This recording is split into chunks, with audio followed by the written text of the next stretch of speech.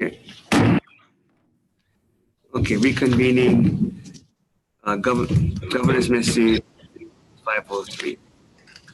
So apologize for the late start. We ended session rather late, and there were other committees that were having meetings at the same time. So we still don't have all our members here.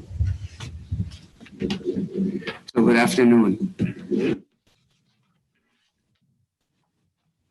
Good afternoon. Would you like to start again, opening statement, or would you just like to go ahead with questions? You want to wait for the members, or would you like to start now? Well, hopefully they'll start trickling in. So I would like to make just a short opening statement, if you don't mind. Okay, proceed. So following the hearing last week, I discussed next steps with the governor. And as you know, he declined my request to withdraw my nomination and sent a message to the Senate indicating such. I took this weekend to think about this, do a lot of soul searching, and contemplate what I wanted to do. And I'm here today because I believe that I am the best person to serve the people of Hawaii as your Director of Taxation. I look forward to any questions or concerns you may have about my appointment and an interesting discussion today. Thank you so much. Thank you. Members, any questions? Hi,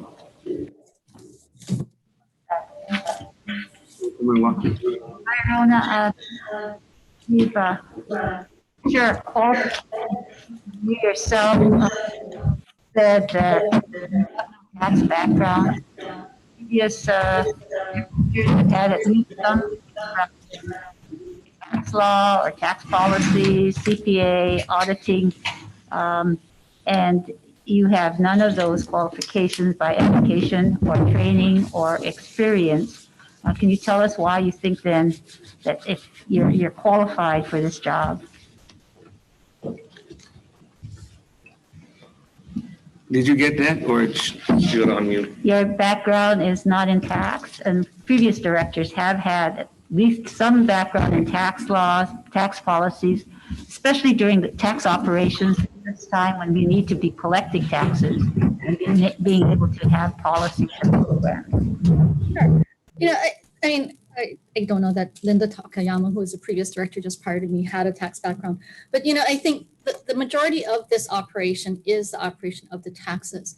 We do have a staff that's very well versed, a very professional staff that's well versed in tax laws and policies that has been very helpful in advising me and as well as the staff as to tax law and policy. We also have a team of AGs that are dedicated to the Department of Taxation's efforts. And so to that extent, policies are implemented through our forms and through our instructions and how we translate that information to our taxpayers. And so a lot of it is just making sure that we can translate policy and laws into something that is understandable by a vast variety of people that need to file their taxes, people in small businesses, large businesses, as well as individuals. So my focus may not be in tax policy. My focus has been in implementing forms and implementing procedures to enable the taxpayers of Hawaii to work with the department most effectively. So a number of your senior people on tax.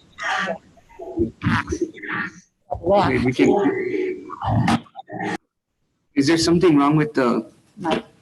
So when she's unmuted, or when she's not talking, she needs to mute herself. And then unmute talk. If you want to just let her know. Okay, thanks. Or it's going to feed back into her microphone. Okay, thanks. Rona.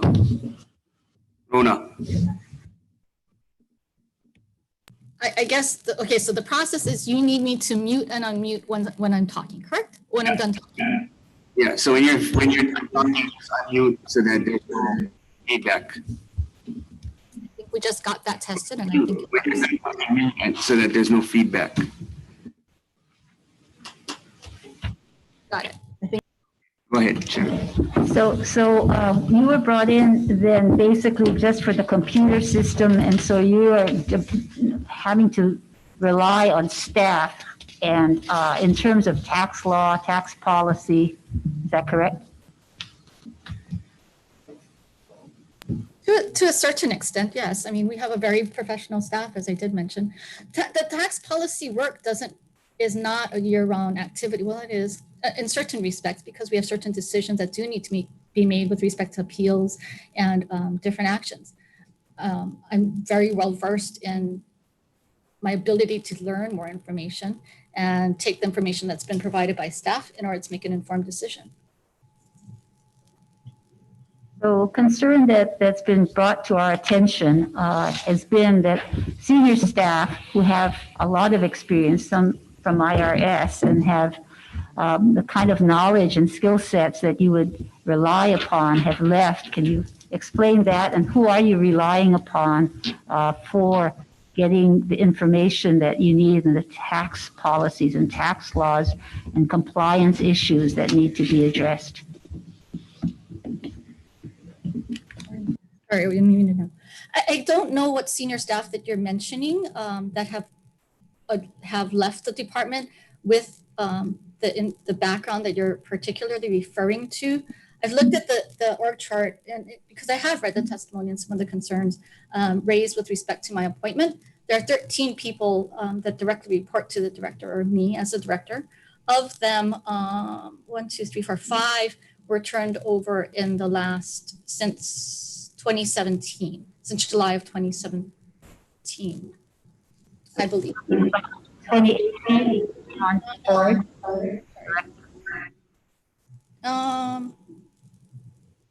Since December 31, 2018. Well, actually, since mid-2018, of those directors. And I took over as director in August of 2019. So it's been.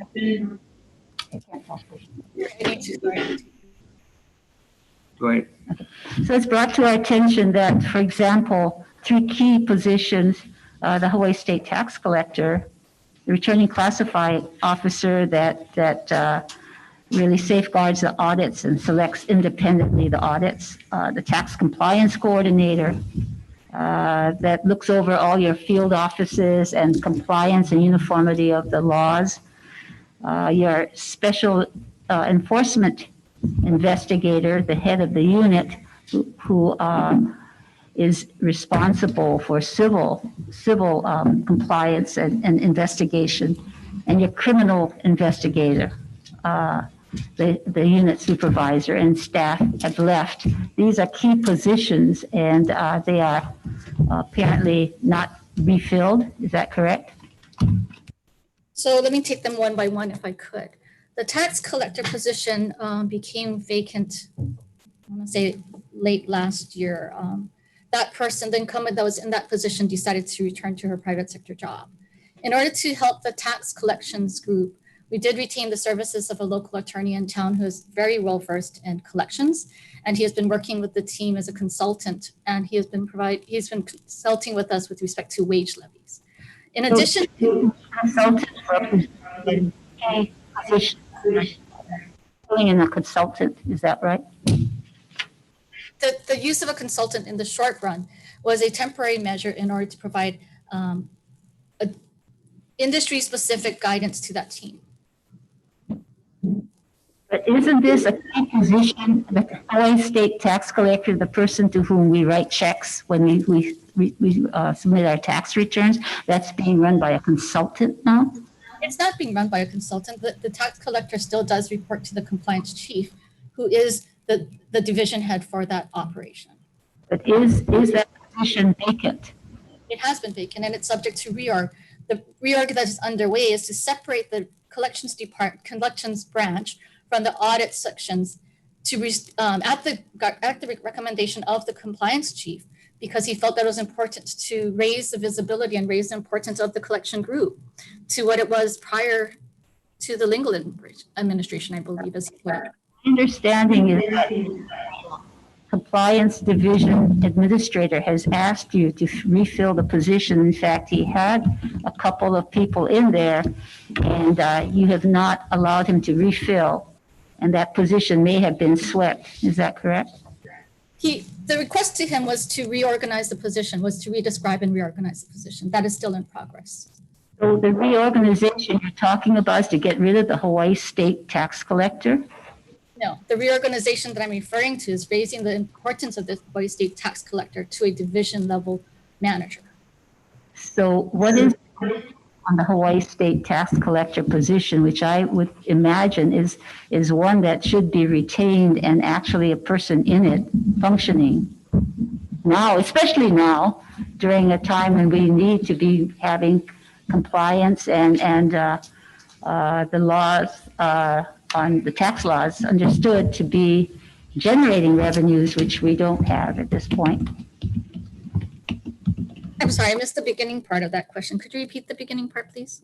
So this is a position, Hawaii State Tax Collector, which is supposed to be receiving taxes and ensuring compliance and processing the returns. This position was vacant since, as you said, since the beginning of the year, not filled. And you said a consultant was in that position because you're restructuring it. But if indeed the Hawaii State Tax Collector is a position that's critical to your department operations, why has it not been filled? Or if you're reorganizing, doing it faster during this period when our tax revenue is down? But we are doing it, and we are working with the compliance chief to redescribe as well as finalize this reorganization document. How are you redescribing the position? So What is the division head. What would be the function of this redescribed position? What is the function of the redescribed position that you're working on?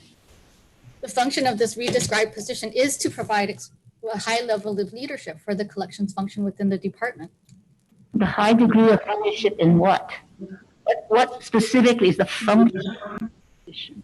The specific function of this position is to lead the collections office primarily out of Honolulu right now, the way the org chart is currently structured.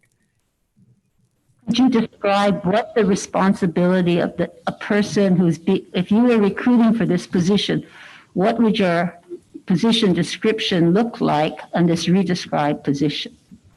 Other than being a key high-level position in your department, what exactly would this person be applying for?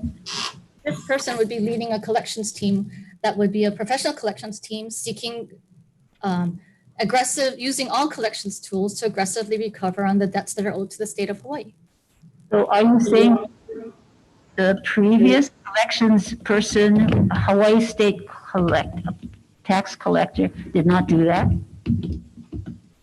The incumbent that left recently did not come with a collection background. She did come from the private sector, and she's a very bright woman, and she did return to her private sector enterprise. So what was the reason for describing a position pretty straightforward that they would oversee the collection and processing of tax returns coming into the state? I mean, what is new in that redescribed position? So the tax collector position does not do all of the processing. The processing of the returns and transaction is done by the Taxpayer Services and Processing Division. The tax collector position per se, as named, is a collections lead for the state, for the Department of Taxation. And that group's goal is to manage all the receivables in order to maximize the collections on receivables that are due to the state of Hawaii. Well, let's move on to your tax compliance coordinator. What about that position? That's a senior line operation. Oh. Other questions, Senator Can I Kiba? follow up? Can Yeah, I interrupt? go ahead. Or- Yeah. Okay. Since, hi Rona, since we are talking about this tax collector, I just wanted to clarify, I'm kind of confused here. So the positions was open since April of 2019? Yeah. 2019. Correct.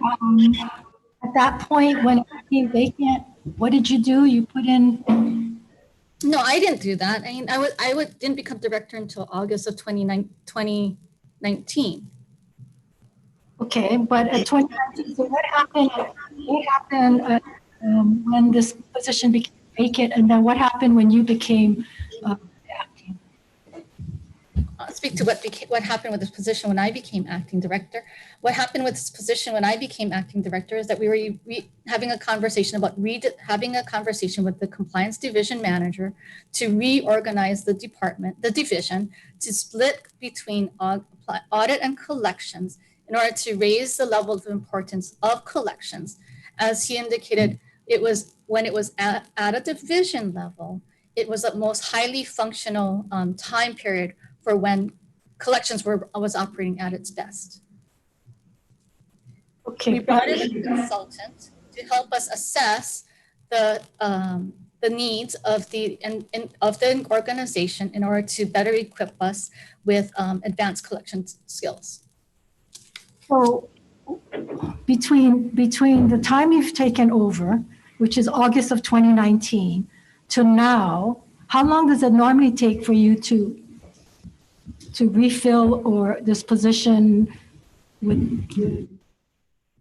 reorganize? I'm not sure what you're trying to do. The tax collector, you can have re-emphasis within the department. I don't see why that can't change. I don't know why you need to actually have to reorganize it. But what have you done? It's been almost a year. It's going to be almost a year that this position has been vacant, and you've been working on it all this time. Oh, sorry, I need to unmute myself. I think I did that. Correct. I mean, the position had to be, in order to do a reorganization, there's a process and you need a redescription of a position.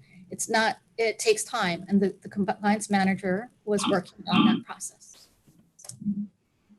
It's not moving as quickly as we would like, but it's a process of evaluating how to best design this new organization. Well, it's just I'm just curious in the sense that if this was such an important position, and if it's such a high degree function, I would think you would want to fill it. You would want to put somebody in there in the meantime, if not exactly to a person, but at least somebody functioning. My understanding is the beginning of this year, you actually put in your tax compliance administrator to now handle that position. So, I mean, if it's such an important position, why would you now double up on someone that you probably don't have even confidence in doing the job? Because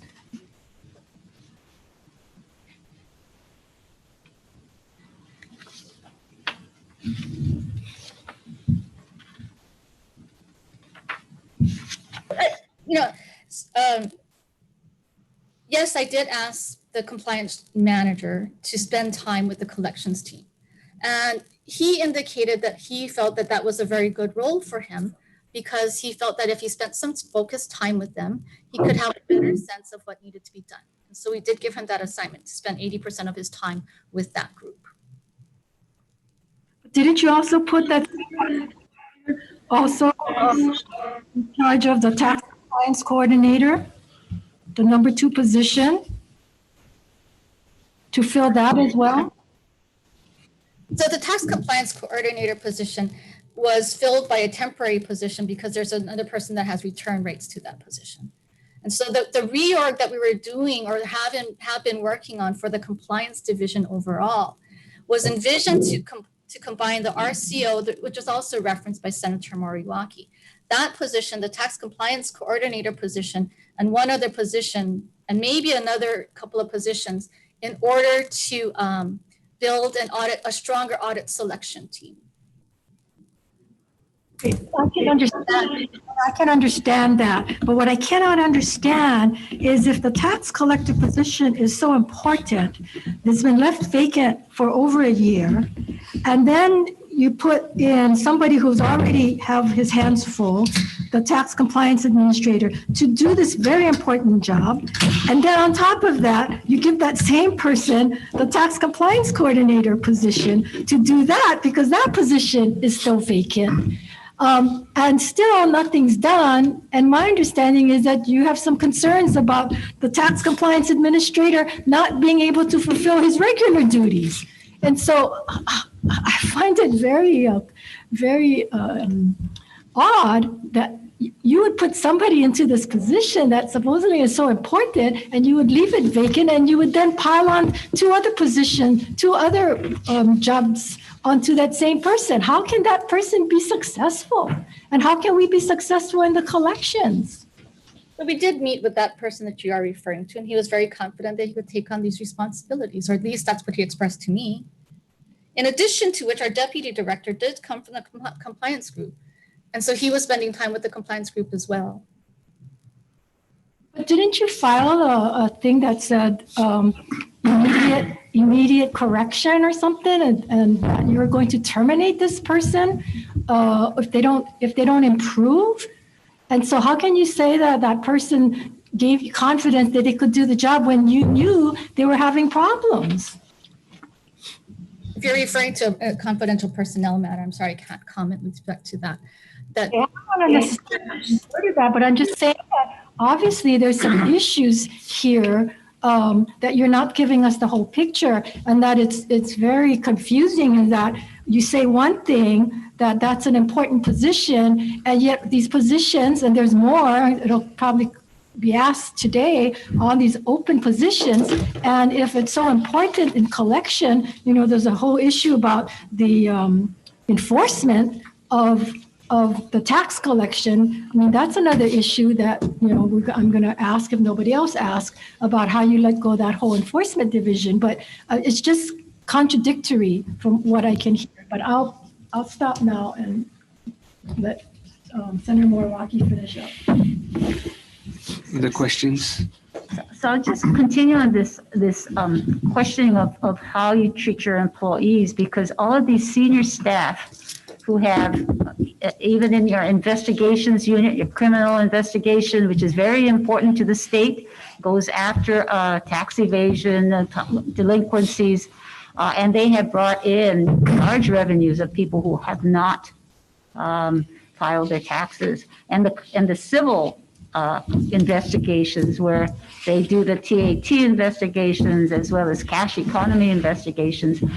These people have left, and we have heard that it's not the easiest to deal with someone who's not supporting this very important function of the department. Do you not see investigations as important, and therefore the staffing of these two units have been pretty much decimated? So let's take them one by one. So with respect to criminal investigations, the criminal investigations unit has been refocused to focus on fraud. We had introduced new fraud capabilities two filing seasons ago, and determined that we needed to put a professional team to work on the fraud issues. And as it is very disappointing that this world has come to the point that we have to put so much effort on fraud detection and fraud handling. So they are focusing on fraud right now, and there is a team that is there doing that. With respect to special enforcement, the cash economy, we do have another special project team that is Criminal investigation. So you had seven positions there, and this is specially funded by the legislature. So you have a budget. Is that correct? So that you had 7 people there, and now you're down to 2. Is that correct? We just lost one person, correct? These are people who left a functioning unit, and they have since left. They feel that they aren't needed, or they're not treated well. They're bullied, and they left. Is that correct? So I personally did not spend a lot of time with the criminal investigations group. The move to scale back criminal investigations had started before my leadership. Well, they're they have left because they felt they weren't being supported. I think we should remember that I took over in August of 2019 as the leader of this organization. The CI group and their departure was much, for the most part, was prior to that. What? Um, What? Let's go after the the special enforcement section. You had 13 members. They're now down to 5 or 6. Again, the same. No, we're not. They felt that they weren't. Can you explain? So with respect to special enforcement, as I was starting to say earlier, the special enforcement section, I believe today, I have to count, it has probably 9 of those 13 positions filled. That group is focusing on the Airbnb subpoenas in order to recover TA and GET revenues. Have you used these people in SES? There's their investigators. Have you used them for other purposes, like the special projects that you work on, like PUA, UI? The investigators have been asked to help with other projects, including unemployment insurance and PUA. The governor has asked all of us to consider options for how we can be supportive of those important initiatives. Well, in other departments, we've asked for help from employees who are not essential to the positions, essential to the department, and those were the ones that were asked to volunteer to help unemployment insurance. They were not essential employees, for example, doing investigations of Airbnb or on other kinds of criminal investigations. That would be, I would think, a function that you'd want to keep in your department and not transfer them to help with the clerical assistance that UI needed, for example. So the staff that are working on UI from some of these groups are not just the clerical assistant staff, as has been indicated by the Department of Labor. The complexity of the investigations that is happening in both PUA as well as UI at this, I say UI more so at this point of the game, is primarily high-level investigative work that their skills are very well suited to support. So you did not have ongoing tax investigations that were critical that you felt transferred over to the new PUA program? Oh, no, that's not true. I mean, we've maintained all of our work that we're doing with respect to the Airbnb subpoenas. And continue to do outreach and continue to do enforcement with respect to the data that we receive from Airbnb in order to ensure that we're getting GE and TAT revenues. Mr. Chair, Go ahead. can I follow up? Good. Thank you. So Rona, the SES, the Special Enforcement Section, that had 15 members, correct? Specially funded, of alleged 15 people? 15 That number's 13, I thought it was 13, but if 15 sounds appropriate. that yes, 15? Okay, yes. Sorry, I'm having a hard time here. Oh, sorry, I keep forgetting. So 15 specially funded positions, correct? Correct. Okay. Well, of the 15, only 9 is filled, right? I'll go double check our roster in the meanwhile, but I believe it's a higher number than that because I think we only had 2 vacant positions as of right now. Okay. You mentioned 13, but my understanding it was 15 specially funded and that only 9 is filled. And it was to investigate the cash economy and the TAT cases. I recall this because I remember voting on this measure on the cash economy. But my understanding now is that only 6 is doing this enforcement positions that we specially funded you for that. And that 4 or 5 of the people are now diverted to do your TSM projects, your some UI, and then the ones that are not filled. So there's only 6 now doing that. Special. If I could, I'd like to take that back. I'd like to check on the fact pattern, the specific fact pattern. It is not there. The positions that I'm aware of that are continuing to work on SES those numbers are not consistent with my recollection. So I'd like to clarify that if I could. Okay, I would need you doing so, because I want to remind you that, when the legislature give you specially funded positions for a particular purpose, it needs to stay for that particular purpose. You can't just take these positions and go do something else. That's why it's specially funded. So I hope you keep that in mind going forward. Other questions? Nobody has questions? Okay. Oh, Senator Kidani. I have a number of questions, but I want to allow the members of Senator the Kidani. committee to ask. Thank you, Chair. Ms. Suzuki, can you tell me how many employees have left your department since you have been there? The number of employees that have left in fiscal year 20 is 42. We also picked up 41 new hires at the same time. I'm sorry, I didn't hear the last part. 42 have left? 40. Sorry, I keep unmuting. 42 left in FY20, and we picked up 41 new hires for a net gain of one, or a net loss of one person. In FY19, 39 people left the department, and we picked up 40 new hires for a net gain of one person, one filled position. So, are you aware of the almost 100 complaints against you by employees in your department to their union, HGEA? I am definitely not aware of 100 complaints to the union. In fact, I am aware of zero complaints being filed zero grievances being filed to the union in the last fiscal year. Say that again, I can't hear you. I did check on that data because I did read the testimony. And so I checked with our human resources person, and as of right now in fiscal year 20, there were zero grievances filed with the HGEA. In FY19, there were 2. In FY18, there are 15. And in FY17, there are 13. So where did you get this information from? I got this information from our human resources office. Your human resources office within your department? So the union has not been in touch with you at all about these complaints to you? Not to the best of my knowledge, no. That would have come through our human resources office.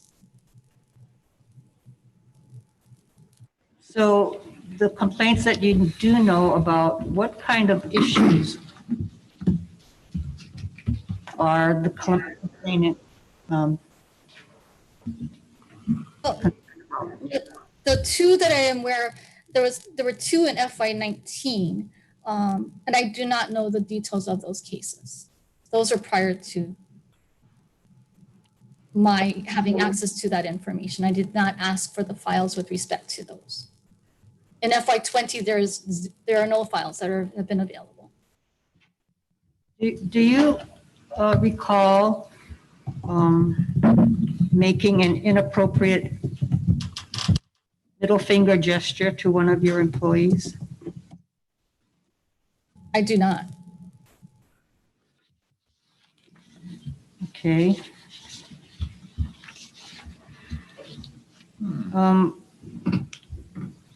In speaking, I'm sorry, I won't say I spoke with him directly. So someone has stated that you have been demeaning, and in front of other employees, you swear, you've called people stupid. Do you recall any of that? I'd have to know the specific situation, the specific person you're speaking to. No, I do not recall that.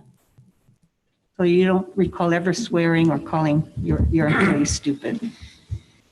I've never called an employee stupid to their face. I mean, never. To their face, oh, okay.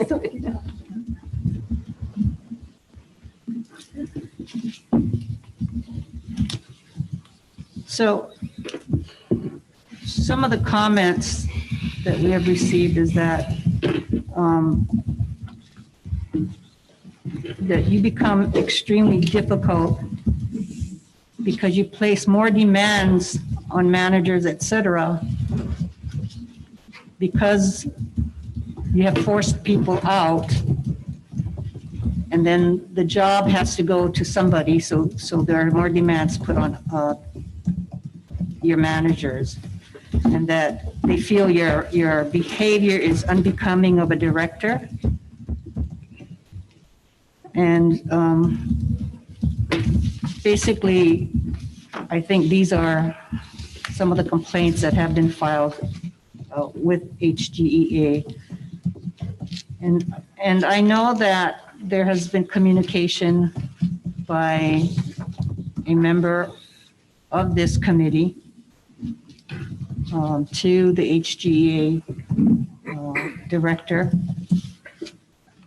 who has given us that number of complaints against you. So I think maybe you need to go back and check your figures. I will ask for clarification from our HR person, as well as reach out to HGEA for clarification. Thank you. Questions, Senator Favela?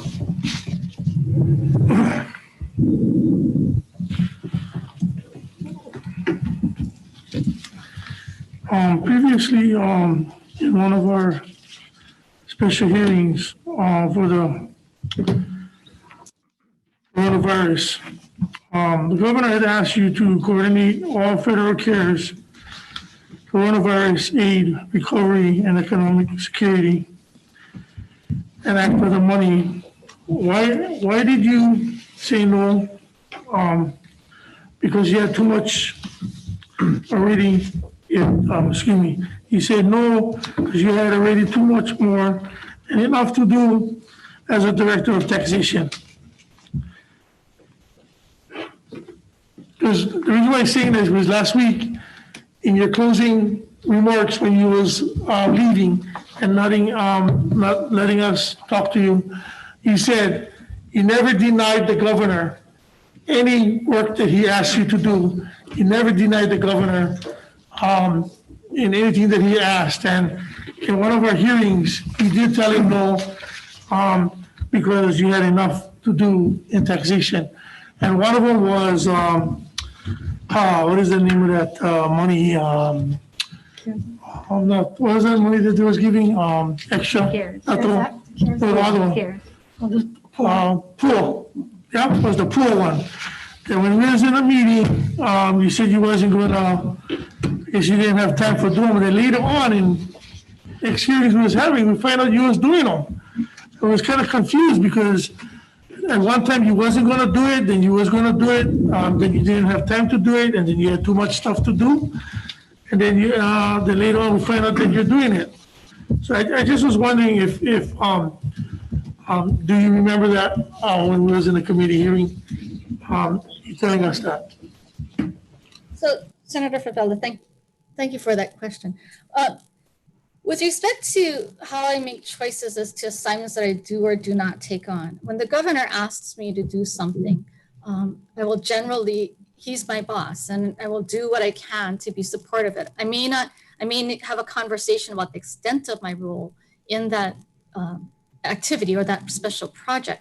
And I may have a conversation about other team members, in the case of the CARES funds, other team members that could be helpful so that I could reduce my engagement in these activities and articulate what I believe are reasonable outcomes that I could achieve given the resources that I have and the time that I have available. So the governor has asked a lot of different people, a lot of the cabinet members to step forward and to do things that are not totally in our wheelhouse. And many of us have accepted that challenge to do so.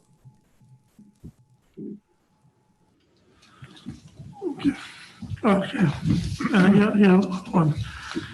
This is going again back. Sorry, I'm going to get it back because I got to bring things to my memory. I wanted to know, why didn't you tell the governor that it wasn't a good idea to propose the cutting of public schools teacher salaries at first because of the projected shortfall in tax revenue? I'm sorry, I might have just heard that question, but if I did hear it correctly, it was why did I not tell the governor that Why there were- why didn't you tell the government that it wasn't a good idea to propose cutting public school teachers' salary first because of the project shortfall of tax revenue? with that frankly is a question that was not posed to me by the governor. He did not ask my opinion with respect to that. The only reason why I'm saying is that at the time, we was waiting for all the numbers to come in and getting kind of a good feel of what's going to happen going forward. Having that conversation that he was going to cut salaries and everything, and we didn't have the full projected shortfall.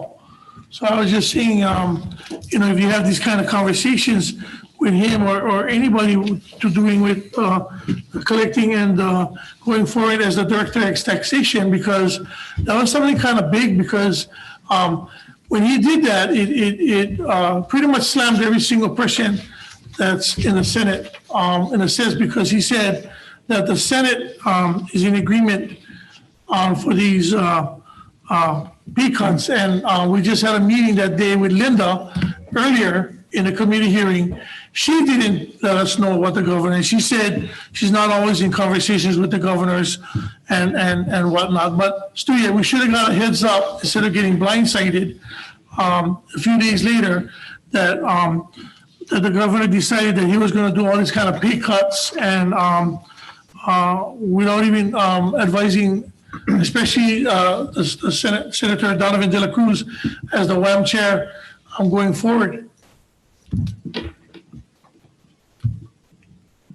So Senator Fidel, I mean, that's a subject matter that I don't know about, as I was not asked for an opinion or with respect to the DOE pay cuts, but I will pass that information along to the governor. Okay. Thank you. So, Ms. Suzuki, how have you worked with the field audit to develop strategies to increase and expedite audit collections? Field audit does larger scale audit activities. And so what we've been working with them on has been on the federal contractors. So we did build some capabilities and some data analysis that was done to facilitate their ability to ensure that the federal contractors are paying GET appropriately. Okay, so which are the groups that are covered within the field audits? Only the contractors? The field audits are done. Field audits, the difference between field audit and office audit is generally that the field audits are done by professional level, higher level staff, and they're generally activities that take longer, anywhere from 6 to 18 months in duration in order to address a complex audit.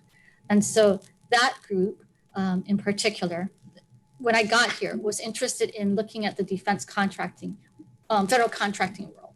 And because I had familiarity with those data from a prior project, we talked to them about being able to use the data that are available publicly in order to ensure that the contractors are paying taxes appropriately. The preliminary analysis did find that the majority of those contractors are paying taxes appropriately.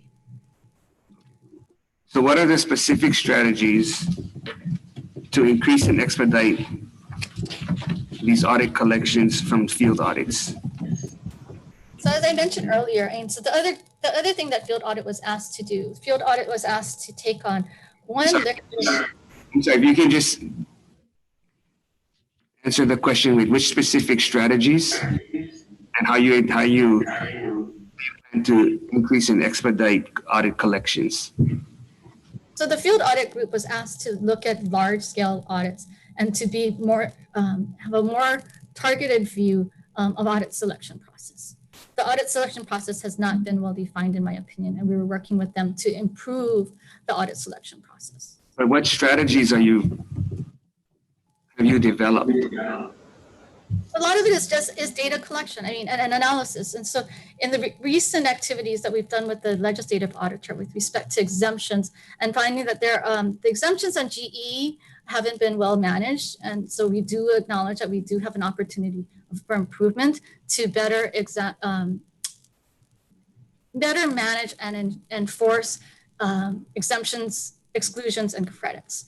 And so one of the things that we would do with field audit or any other group, REITs, whatever you want to talk about, is to look at the data that we do have, ensure that it's accurate and a reflection of what's going on in that industry in order to assess, develop a plan of action for how to take on an audit or collection activities with respect to that industry.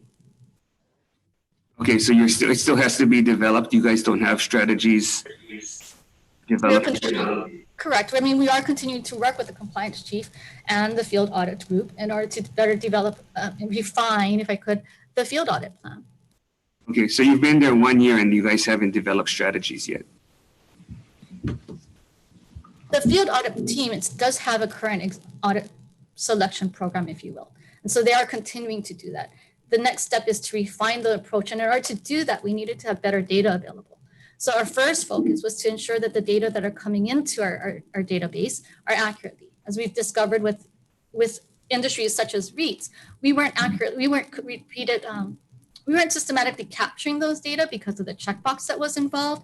And so we continue to refine our practice to ensure that we're collecting accurate data so that we can do the data analyses for policy decisions. Okay, so what has been the difference? Because I saw in your questionnaire, you stated how many people were on the phone, how long the phone calls were, the differences between the 2 years. But I don't see any kind of data in regards to the audit collections. So since your tenure, what has been the percentage of audit collections that have increased? I'd have to pull those data. I didn't expect that question today, and I apologize for not being ready for it. With respect to field audit, an audit overall, we've been in the process of working with the managers to amend or adjust their measures of effectiveness, if you will, or key performance measures. And so we were looking at not just issuing audits, but also the ability to recover on those audits. Issuing an audit, an inflated audit or a high audit for whatever the dollar amount may be is kind of not value adding if you cannot reasonably expect to collect on those activities. And so we've been working with them on refining that practice to ensure that we're issuing reasonable audits that could be collected on, reasonable and accurate audits, if I could clarify. Okay, I'm still unclear as to what specific strategies and what your timeline is on expediting the collections. I'd be happy to review the data and give you additional information about that. Okay, can you answer the same question for office audits? What for office audits, and what is your office planning to do to increase and expedite those audit collections? So office audit is a different story. Office audit tends to do some of our systematic repeatable processes. I'll use CP 2000 because it is a process I'm very familiar with, because it's a capability that we put in with R4, rollout 4. With CP 2000, what we do is we get information from the federal government, and we use that information about an income tax adjustment that was posted on an IRS return. And it basically increases your tax liability. And so we take that same information, we turn around and adjust or post an assessment for the taxpayer because we use adjusted federal AGI as the basis for our income taxes in Hawaii. So if your federal adjusted gross goes up, your Hawaii tax obligation would also go up. That process used to be highly manual. We continue to refine the automation of that process in order to make it less manual and more productive in terms of return on investment. Okay, so has there been any kind of stats from the time you began to now on the success of these office audits? I'm still not clear. You spoke of one, but what's the overall approach and strategy to the office audits and increasing collections? I'd be happy to provide additional data with respect to office audit. Again, I wasn't prepared for that line of discussion, so I will gather that information. Thank you. How are you working with the collections division to increase and accelerate collections? With respect to collections, there are two basic priorities that we had for the past 6 months to a year. The first one was to make sure that we answered the phone. In talking with the collectors and in talking with consultants as well as taxpayers, they felt that we weren't responding to them. And they were calling us trying to give us money, and they weren't able to get that resolved. They weren't able to get the phone answers. In the last, and with COVID, it was even more important that we answered phone calls because people could not walk into our offices and get services at our counters. And so they continue to, answering the phone and answering mail and answering web messages are critical priority, especially in a COVID world where people cannot walk into our offices to receive services. The second piece for collections has been a project that we started with respect to wage levies.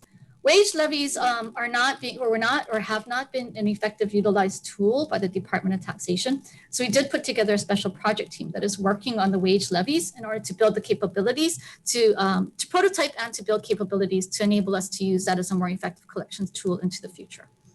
I think the third project that I'm probably that's been closest to my heart has been with respect to pay plans.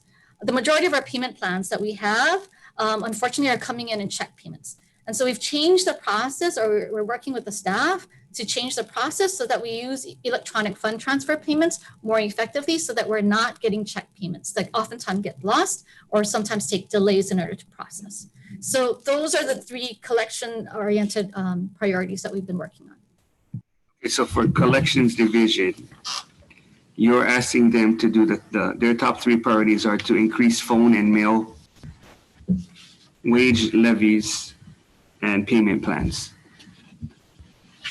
Or increased use of EFT for payment plans. Sorry? Increased use of electronic fund transfer payments rather than checks for payment plans. Electronic payment plan. Okay, so can you describe the difference of how effective those three strategies are for the collections division from when you started to now? We'll have to pull additional data for that in order to ensure that we're giving you the right information, if I could. I'll get back to you on that one. Okay, thank you. How are you working with rules officers who are lawyers to drive tax policy in increasing and accelerating tax collections? Our rules officers, this was the first legislative session that I worked on with the Department of Taxation. Our rules team has been very instrumental in our ability to do that. I think most of you are familiar with the team that is in our rules office because they have been working on this with you all for a long period of time. And so they continue to have discussions and ideas, and with me and with Damien or with other people about opportunities for enhancing compliance and or policies.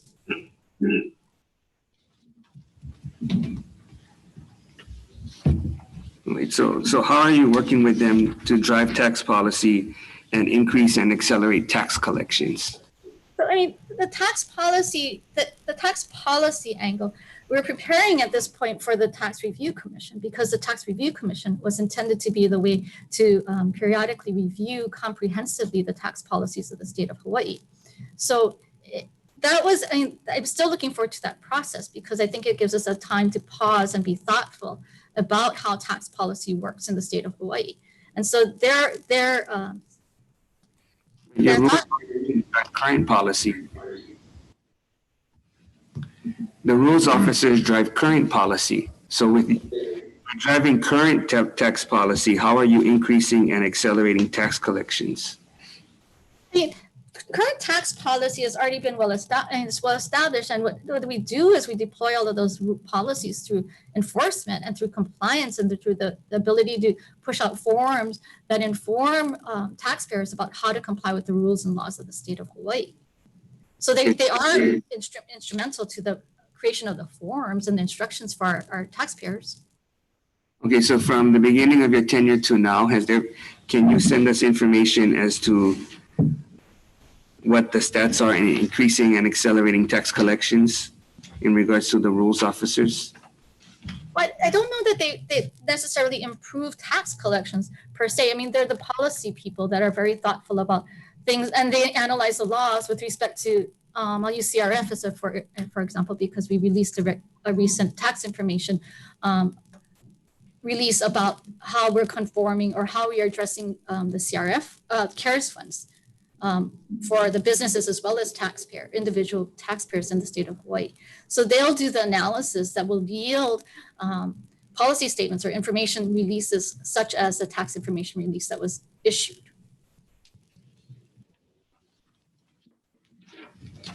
I don't think I'm getting through on that question, because what I'm trying to figure out is how are each of these divisions trying to increase and accelerate our tax collections? So, because at some point we have to provide leadership to those specific divisions with benchmarks and goals so that we can actually get an increased number of collections. I agree with you 100%. I'm a strong believer in the need to have benchmarks and goals. That's a new concept that we've somewhat new concept that we introduced to the department. And the CSM system is enabling us to gather additional information in order to better track performance on a regular ongoing basis. Okay, so how have you worked with the Hawaii State Bar Association tax section, HSCPA, Hawaii Association of Public Accountants, and other tax professional organizations to improve the tax system and tax administration? And for example, what is and what is not working, areas to improve, and suggestions?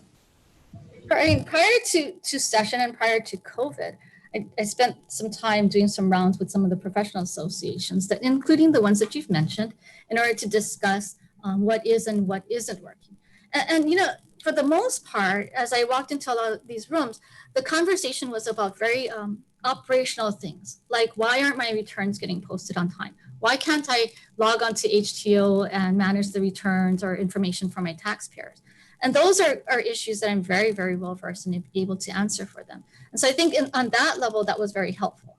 With respect to the additional, and that they're very specific to the operations of this department. And so we've had interesting conversations with respect to how we can be more responsive and how we can be more helpful in our ability to work with practitioners in our community. The policy. How often are you in communication with those groups? I communicate with these groups in different ways and in different time periods. It was shortly after I did get appointed that I did the rounds with maybe 3 or 4 of these groups. And then a lot of them will continue to email me for additional information between the times that I do that. And then we had gone out to their annual tax workshops that we do across the state. This year we'll be evaluating how we do that, but that was a timely introduction for me to work with the practitioners in our communities across the state. Okay, so can you share with us specifics on what you've gathered on what is working and what is not working, and then which areas of improvement based on their feedback that the department can undertake? Sure, I don't have a lot of documented feedback other than the continuous feedback that I do get from these parties on an ongoing basis, but I can make the rounds with them again. Okay, so you only met with them once? In the last year, yes. Yes, and then COVID came. Okay, I wanted to ask about a former upper mid-level IRS special agent, Lance Okimoto, who left the department. How did your administration utilize him?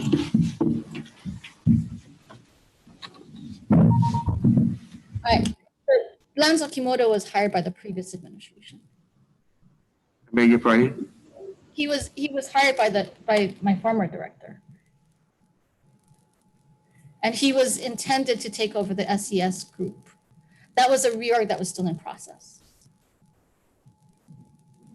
Okay, so he was intending to take over from Steve Hironaka? No, I don't know. I don't really feel comfortable addressing specific personnel matters in the course of a public hearing. Okay. Do you know why none of the professional tax organizations that we mentioned, such as including HSBA, tax section, HSCPA, HAPA, etc., sent in any testimony in support? Quite frankly, I didn't ask them to. I suppose if I had asked them to, or at least the ones that I have met with, they would have considered it. Okay, what about industry groups such as the Chamber of Commerce, the Realtors? So I tried to comb through it. I didn't see any of those in the testimony. I guess you'd have to ask them. I mean, I do know people at all of those organizations, and I did not ask them to personally ask them to submit testimony on behalf of their organizations. That would have taken time for them to get it through their boards, presumably. Including all the professional tax organizations. I'm sorry, I did not approach them and ask them for testimony. Questions? Senator Kidan.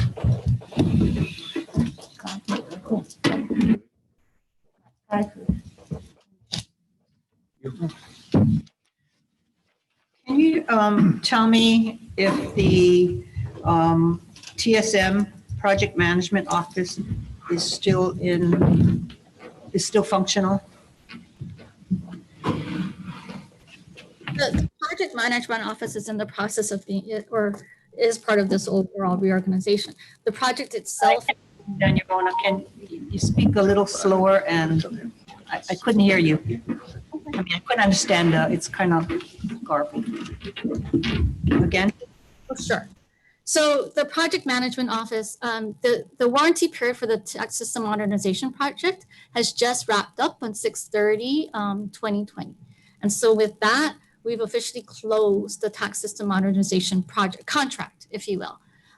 There are continuing to be additional efforts that do need to be undertaken with respect to the tax system modernization project.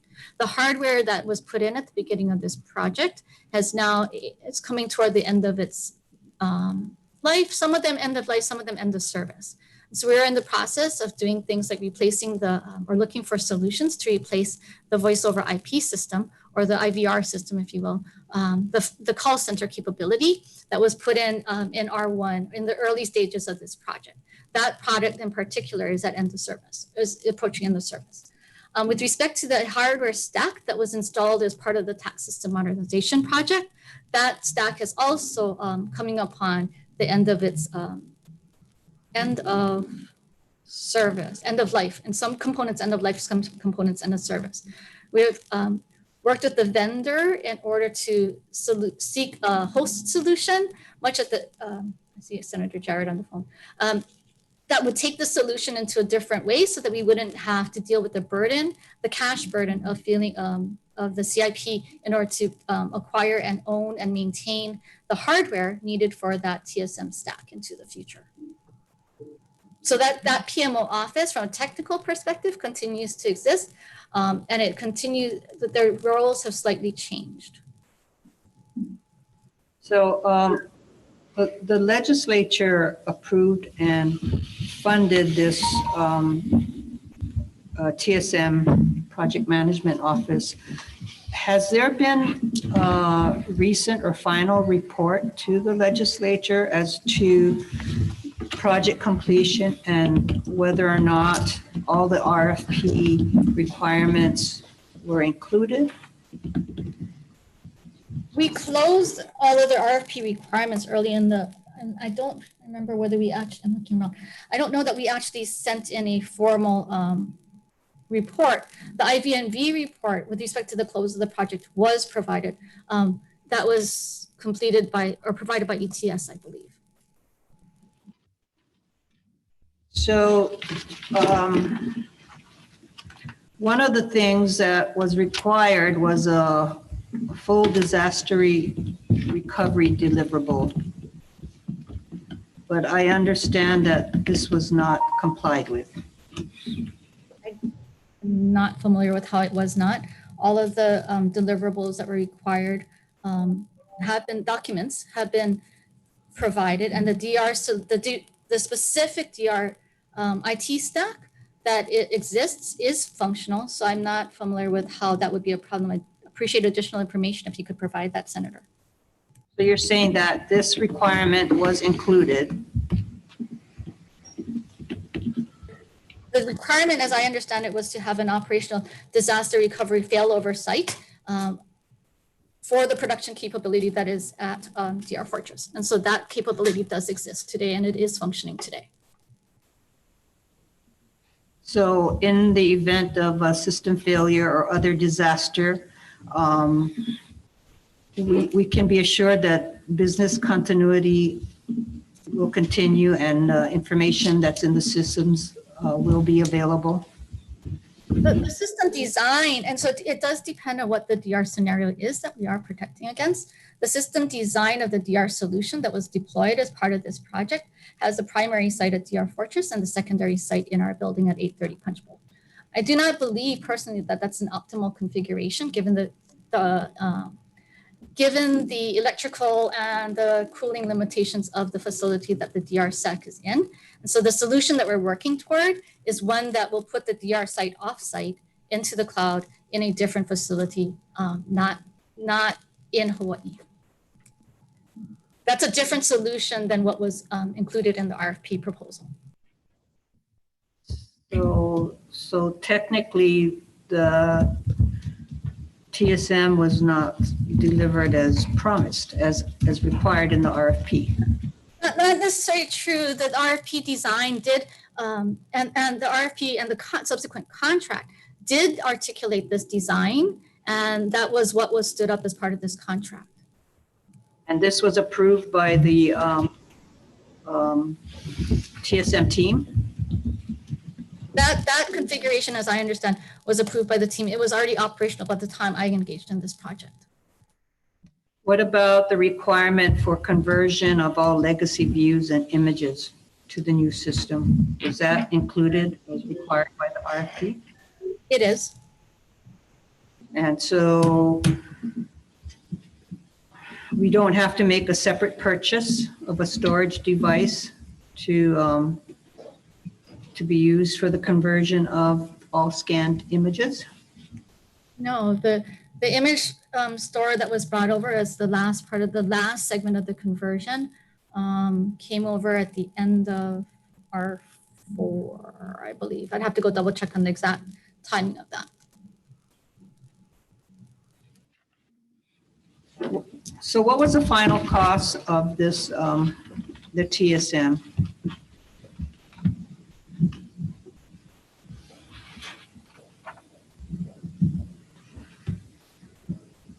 The project came in exactly on budget.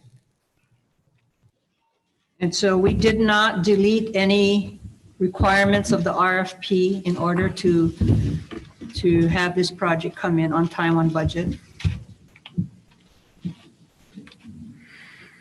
To the best of my knowledge, no.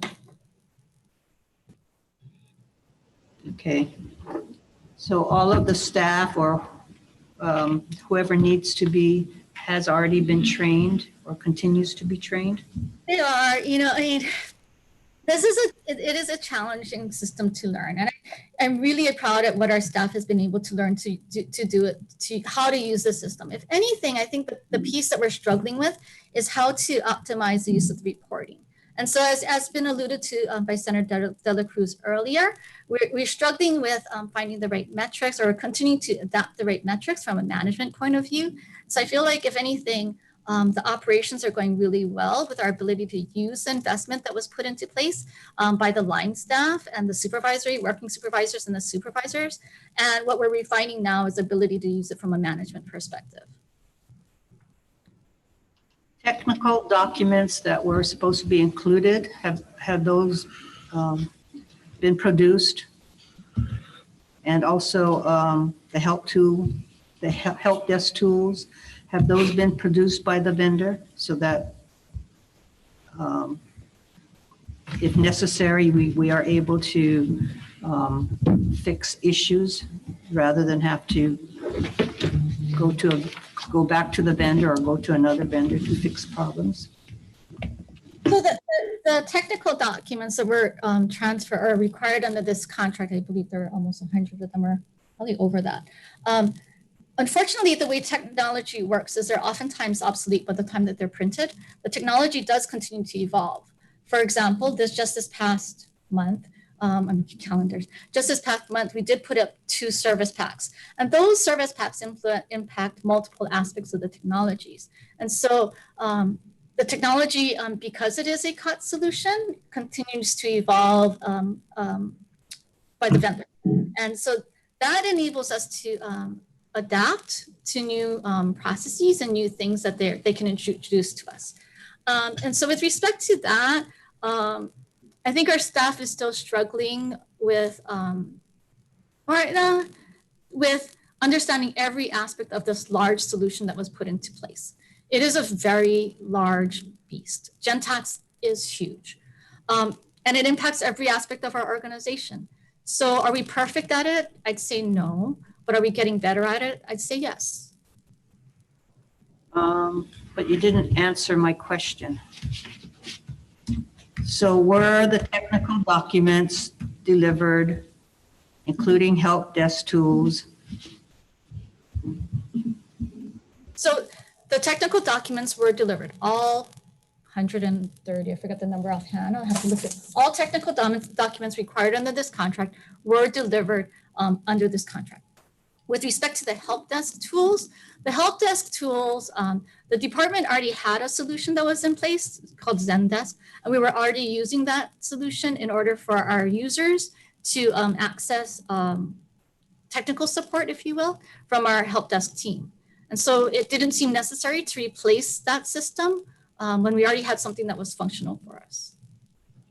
But the RFP required it and they were paid for it.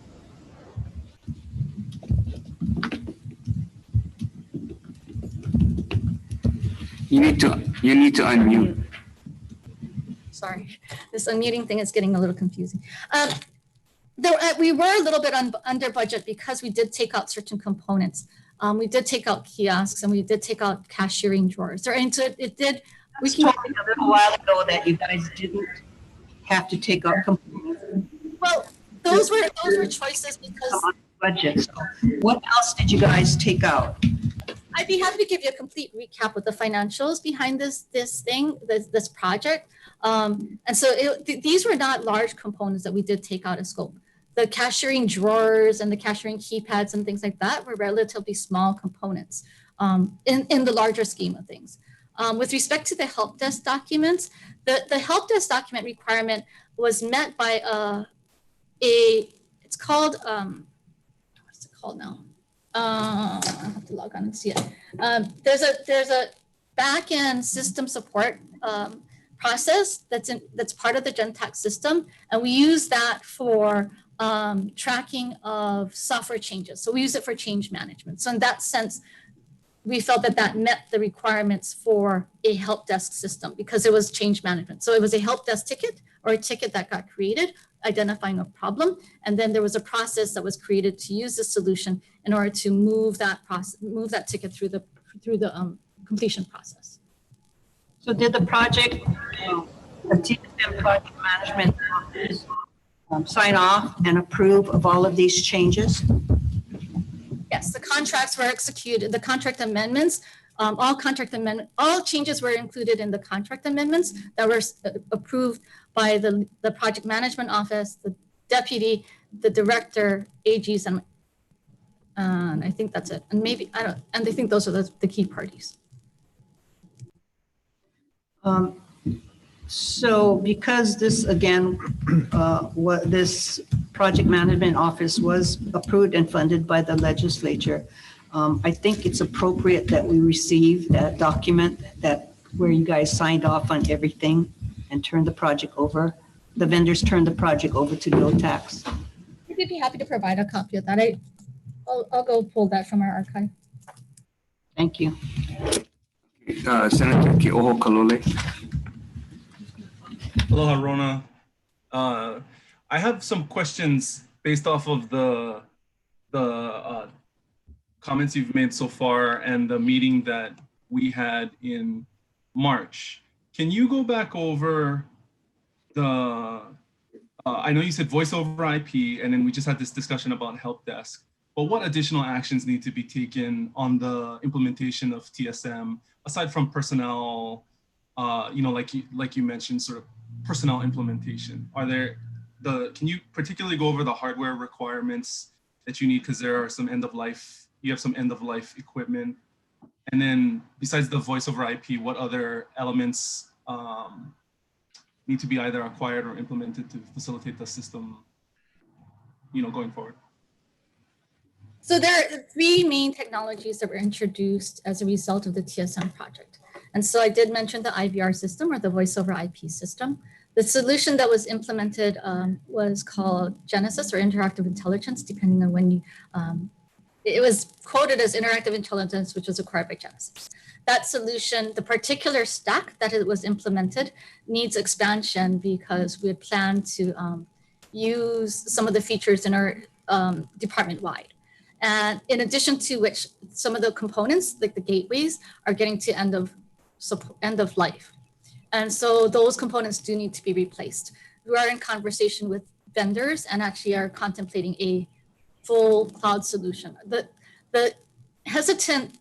My hesitancy about a full cloud solution is that we do discuss a lot of taxpayer specific information over the voice over IP system, and especially as we move into the future in this COVID world.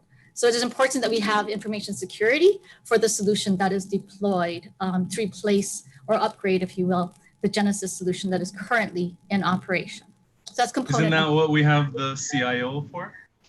Well, so Mike Otsuji, who works with us, we continue to work with ETS on different solutions.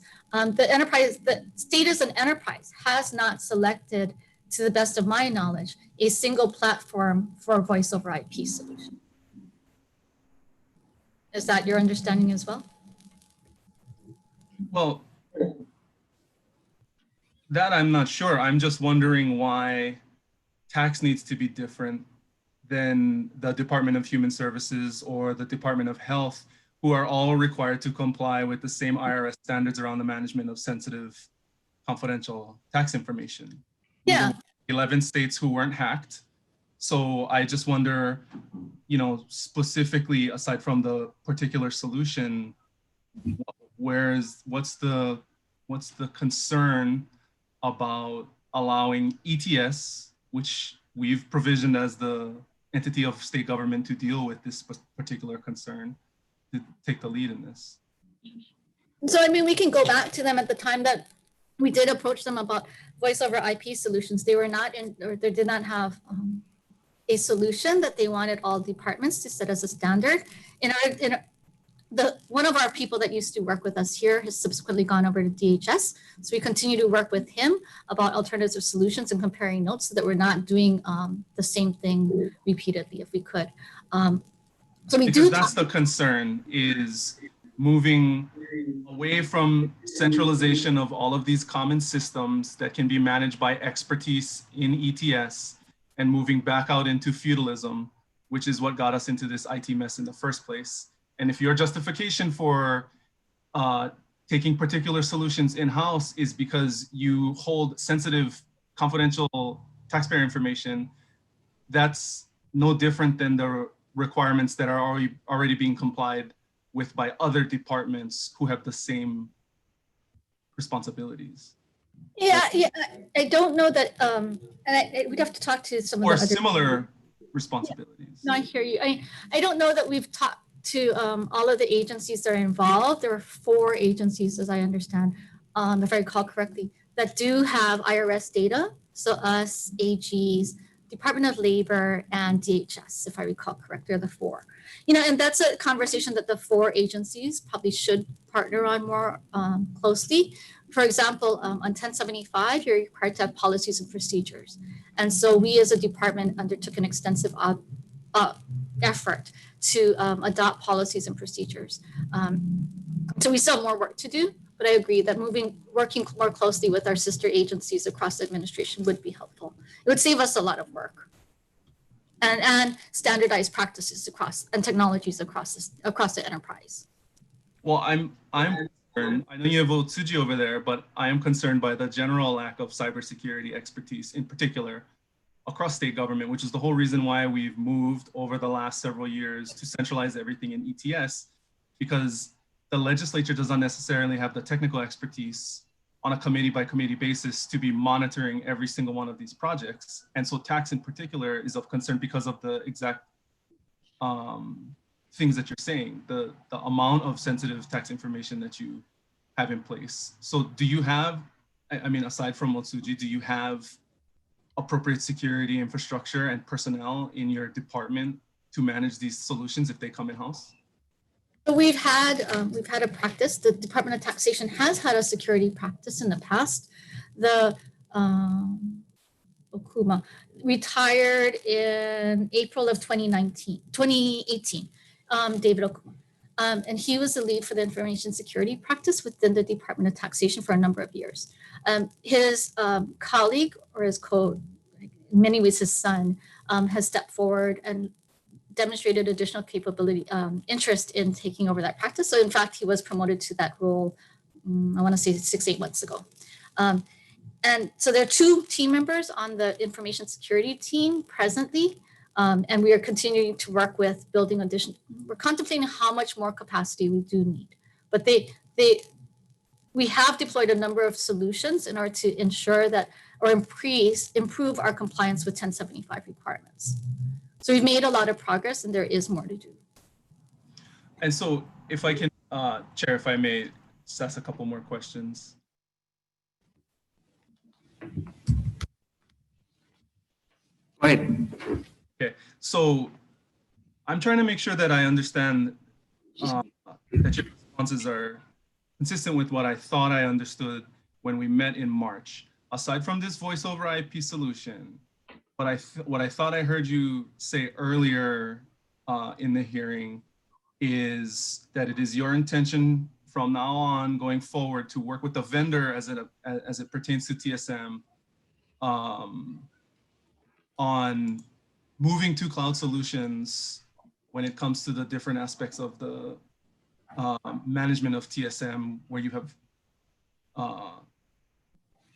hardware or just in general, whatever sort of application or solution you're pursuing, it's your intention to work with TSM on going to the cloud and coordinate, yes, on whatever sort of uniform solutions are available and make the most sense for the department.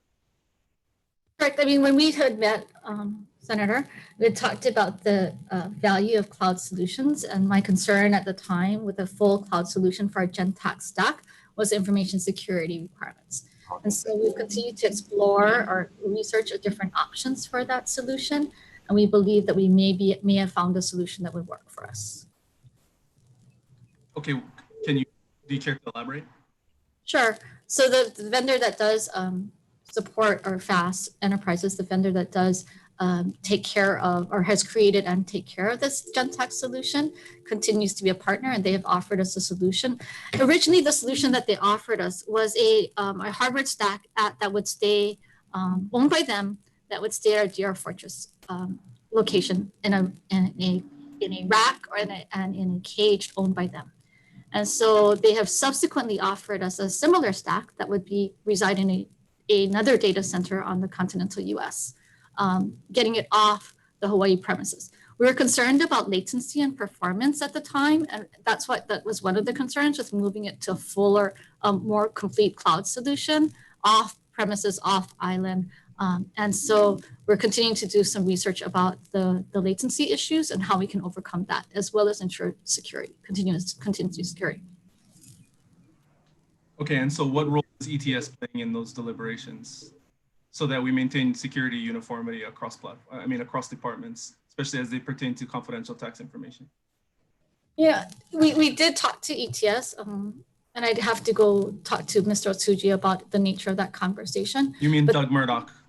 No, it's from my side. I'm talking about from my side is Michael Otsuji. He's working for the Department of Taxation. Yeah, I understand. And so we would need to talk with Vince and the CI and Doug about the solution. At that time, when we were looking at the solution, they felt that it was appropriate for us to look for a solution on our own. It would, because it wouldn't live on the state network. It's off premises. Can I just interject? Didn't you reject the penetration test multiple times? That is not my understanding. I'll go back and look at the documentation with respect to the project. My understanding is the pen tests that were completed were successfully completed for this GenTax solution. Had they not been successfully completed, we should have never gone live with the solution. Well, what I'm hearing or what I'm being texted at is saying the penetration tests were only done when certain individuals were managing the project. Since you came in, you rejected everything that was required in the contract, and that you rejected the IT request for penetration tests multiple times and let the vendor off the hook. Well, I'm not familiar with that fact pattern. The pen tests that were done were successfully completed. When was it successfully completed? I have to go back and look at the documentation for the exact date, and I'll get back to you on that. And your period when you were there? No, it was prior to my entry to this department. Prior to you, so after, when you came in and there were requests by IT to do more penetration tests, you rejected it all. I never received any requests to do additional pen tests. So no additional tests were done since you came in, correct? Correct. Senator Kohele. Hi, Rona. I have two questions that I want to get clarification on. And this first one, it probably leads into the second question. So I'll start with that one. So this is going back to what you said regarding the tax compliance administrator. It's my understanding that that individual is leaving the tax department at the end of the year. Is that correct? That is not my understanding. What is your understanding? I have not been given notice to that effect. Okay. It was discussed, but we did not finalize that agreement. Okay, so my understanding is that this individual is a 30-year career in the tax department, was brought out of retirement in 2012, and has been a tax compliance administrator for at least 8 years. Did you ask this individual to take on the duties of the tax collector in February of this year? I did. Did you ask this individual to take on the duties of the tax compliance coordinator a month later in March of this year? I do not believe I did that. Okay. Now, did you issue a notice to improve by the 30th of September, or this person would be terminated? I agree. I'm sorry, I can't answer. That's a personnel matter. Personnel matters are confidential. Okay, fine. So in regards to these tax positions,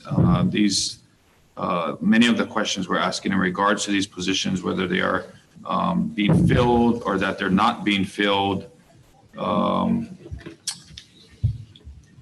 has there been a 20 or as much as $30 million decrease in tax collections for the year 2019? Year 2019?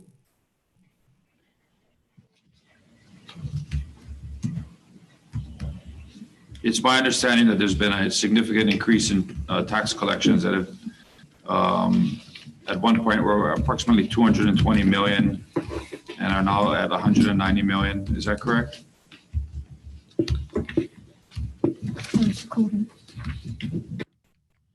I'm sorry, you're talking about the tax collections being down overall in FY20 year over year compared to FY19. Is that correct? I'm looking for the data. I'm sorry, I'm turning to another screen to look for the data. Yeah, I'm asking the question. Prior to COVID, I believe. And prior to COVID. Prior to COVID, Has there been approximately $30 million less tax collection prior to COVID from the previous year? I'd have to look at the specific period that you're referencing. If there was a $30 million decrease in tax collections from the previous year, could it be a result of the lack of funding or a lack of filling of these vital positions, or the requirement to have multiple, or to have individuals taking on multiple roles in critical positions in the tax department, like the compliance coordinator, the compliance administrator, the classifying officer, the Hawaii State tax collector. I can pull the month-over-month data and the trend data prior to COVID, and I can present that to the committee as well. I believe we did some of that a few months ago or a month ago, but I'd be happy to spend some time explaining or analyzing those data further. Prior to COVID, tax collections were going well. Prior to COVID, we were scheduled to be ahead, and with COVID came a tanking of, a drop in our overall economy. And so we're looking at the end of June 30 to end at right on target to, actually, I think we're pretty close to it, but right on target to where the council revenue came in at -7 compared to last year for the general fund, and -25% overall for all tax collections by the department. But I'd have to look at the particular period that you're referencing, Senator. I mean, part of my concern is that we have key positions within the tax department that are either being terminated, they're being kept vacant, positions not being filled. And as a result, we're seeing a potential correlation between the decline in tax collections and how you have chosen to manage this Hawaii State Tax Office. Prior to COVID, so I'd have to look at the data, but the data, as I recall, was not showing that at that period of time. In fact, the data showed, if I recall correctly, that tax collections were up, and therefore, the majority of our tax collections do come in from voluntary compliance. Taxpayers do comply. They do file their returns, and they do file they do make payments appropriately. The marginal increase due to collection efforts is expensive, and it's difficult to do. And so where possible, we're trying to use the technology tools to make them less human intensive and more productive for the agency. But I'd have to look at the specific segment that you're looking at. But prior to COVID, our tax collections were, positive. We're performing positively. The final question: thank you, Chair. How would you, in the tax department, what would you consider it as to be senior staff? I consider anybody that's in the direct report to the director. And how many of them have been terminated or left since you've been at the tax department? Of the 13 direct reports to the director's office, since I joined the tax department officially or became director. Yeah, how many, you just acknowledged this senior staff, the ones that report directly to the tax director. These are some of the most critical positions we have in the tax department. And my question was, how many senior staff have been terminated or have left since you have been at tax? Sure. Since I have been tax director, 2 positions have left. 2 people have left. One went to another jurisdiction and one retired. I'm looking at notes here. And how many have been since you've been at the tax department? 4 total. So 2 since director, 4 total. Correct. Okay, thank you, Chair. Thank you. Next question. You. Senator Keith Agra.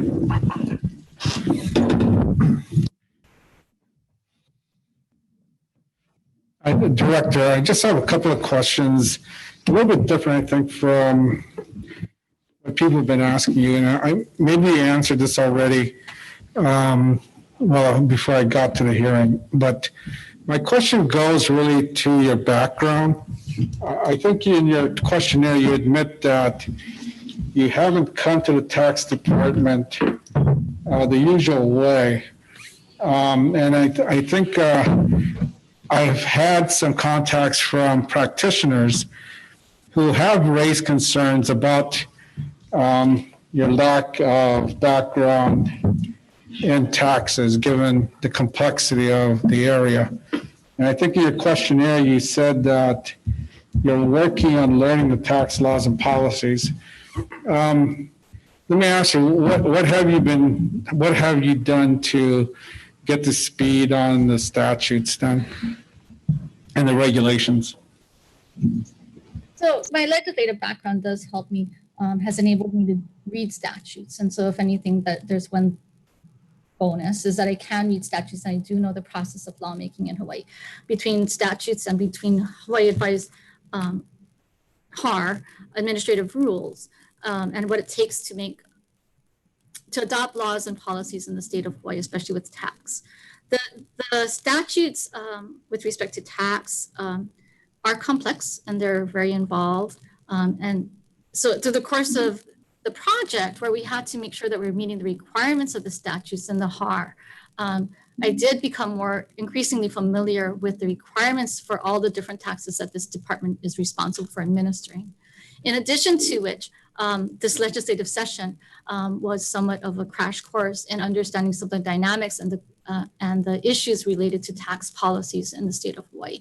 So that was an educational process in order to understand the far reach or to appreciate, I think I understood, but I think I needed to appreciate the far-reaching breadth of what this department does impact. Because I previously spent a lot of time on the operations and ensuring that we could service the taxpayers in a timely manner and collect information in a timely manner and accurate manner. So the policy side continues to be a learning experience for me, and it appeals to my wonky nature, I suppose. But it does take time to understand the dynamics of how tax does work together, and the staff has been very helpful in helping me understand that process, as well as professionals in the industry.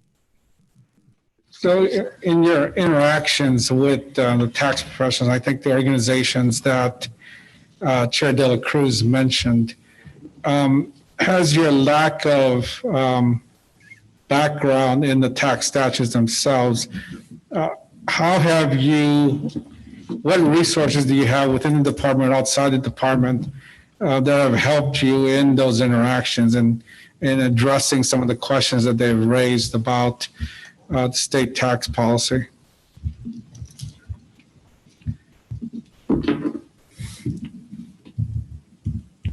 So, the interactions that I've had with these agencies, with the different associations, as well as with the practitioners through our tax research, our tax workshops across the island, a lot of their questions are very practical.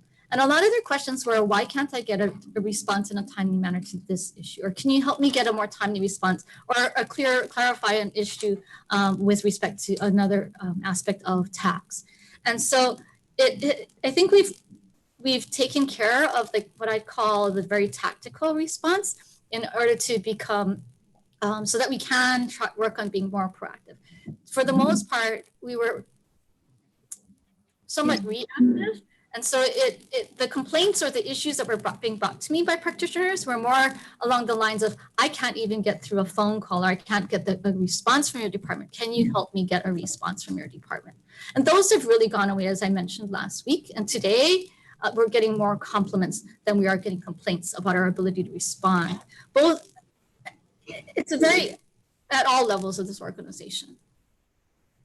Who in the organization can you call on to help you with any technical questions? Because I think that the sense I get from the tax practitioners is that they would prefer to have someone that they can talk to about technical, and they know the jargon basically of taxes, and they haven't had someone like that since, I think they say, Ray Kamikawa or Kurt Kowafuchi, that since that time, the tax directors that have been appointed and have been confirmed didn't bring a lot of tax background to the post. So the course of this project, or the way I guess my life works, I suppose, is I consume a lot of information. And so in the conversations that I've had with practitioners on things like how to improve the general excise tax process, I'll take that as an example, because we have improved the HTO in our Hawaii Tax Online interface for general excise tax, because we were putting out a mandatory e-filing requirement for general excise tax monthly filers.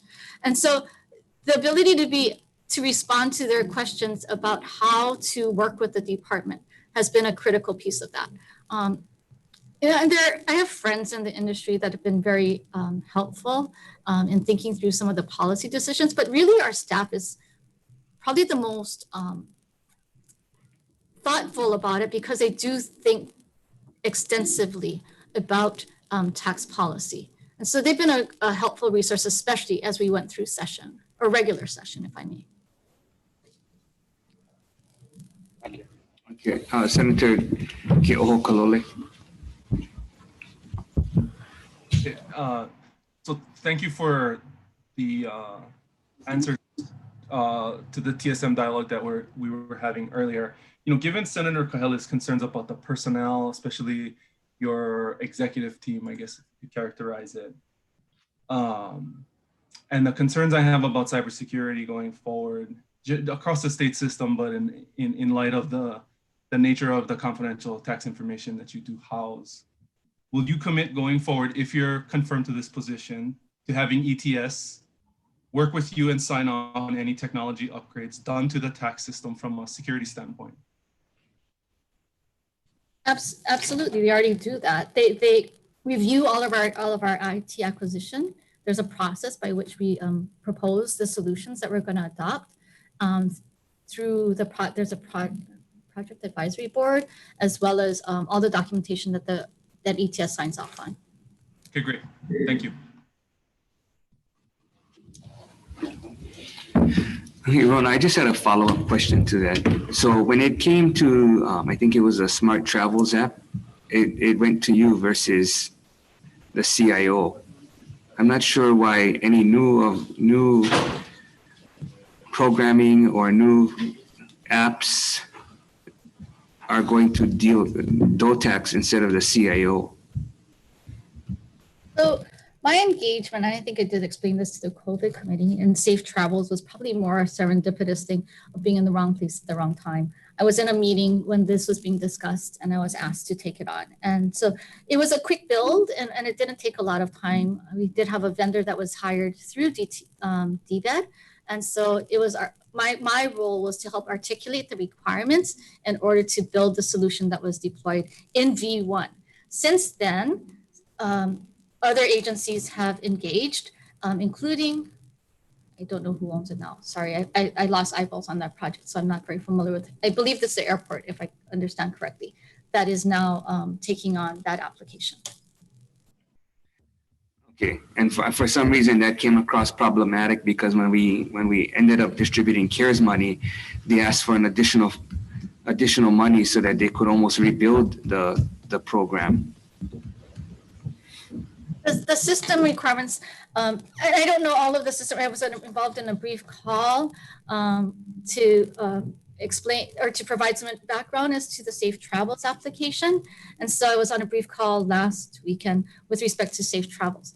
The system requirements for the new requirements for or whatever it's going to be called, for traveler safety and contact tracing and all of those other features that are being built are very much more complex than what we had built in version 1. Version 1 was merely a way to replace the paper form and to try to automate some of the follow-up for the quarantine requirements.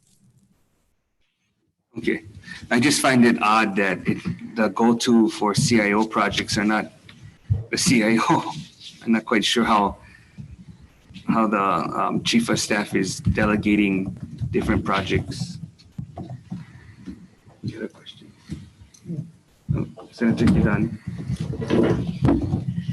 Rona, in I guess it was back in 2010 when then Auditor Marian Higa, the legislative auditor, in looking at, if I recollect her report, talking about one of the reasons that the previous DOTAX computer system failed and said that we weren't meeting the needs of business users. Do you know how many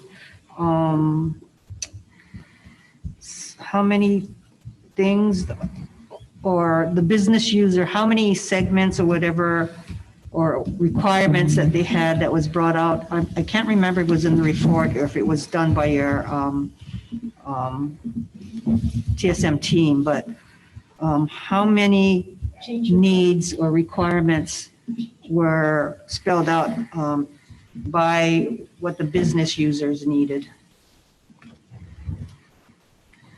Yeah, I quite frankly do not know the answer to that project because I was not engaged in the project when this project was scoped, in which case the design considerations or the requirement considerations articulated in the RFP would have considered additional business requirements. So I'm sorry that I wasn't here at that time and cannot speak to the process of engagement of the business community in that design process. Well, then do you know how many, or whether or not any of the requirements for business users was included? I'll go back to the example that I just shared a little bit ago with respect to the rebuild that we've done of the general excise tax forms for G45 and specifically G45 because we're deploying mandatory e-file requirements for the monthly filers.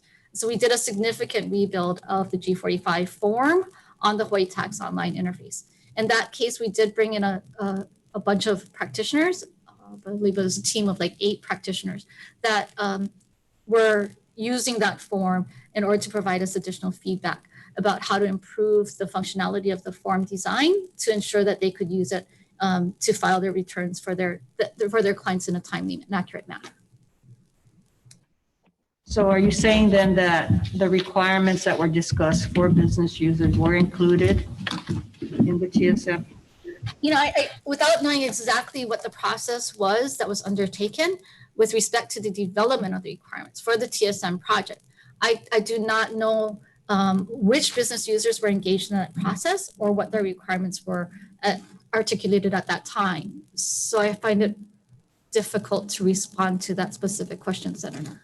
Okay, well, it was one of the requirements in the RFP, and I guess if you go through the requirements and let us know which ones were included, which ones were cut out because of budget cuts or trying to meet the deadline, then we expect that to be included in your report. Can I follow up on that? Senator Kim. So I think what she might be referring to, Rona, is that in fiscal 2019, corrections to the TSM in form of SQR configuration change requests, 200 developed and submitted, 25 corrected and completed, and 400 change requests pending for all years.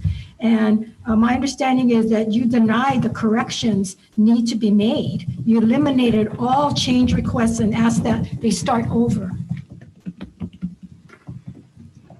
If you could send me those specific details, I am not familiar with that scenario at all.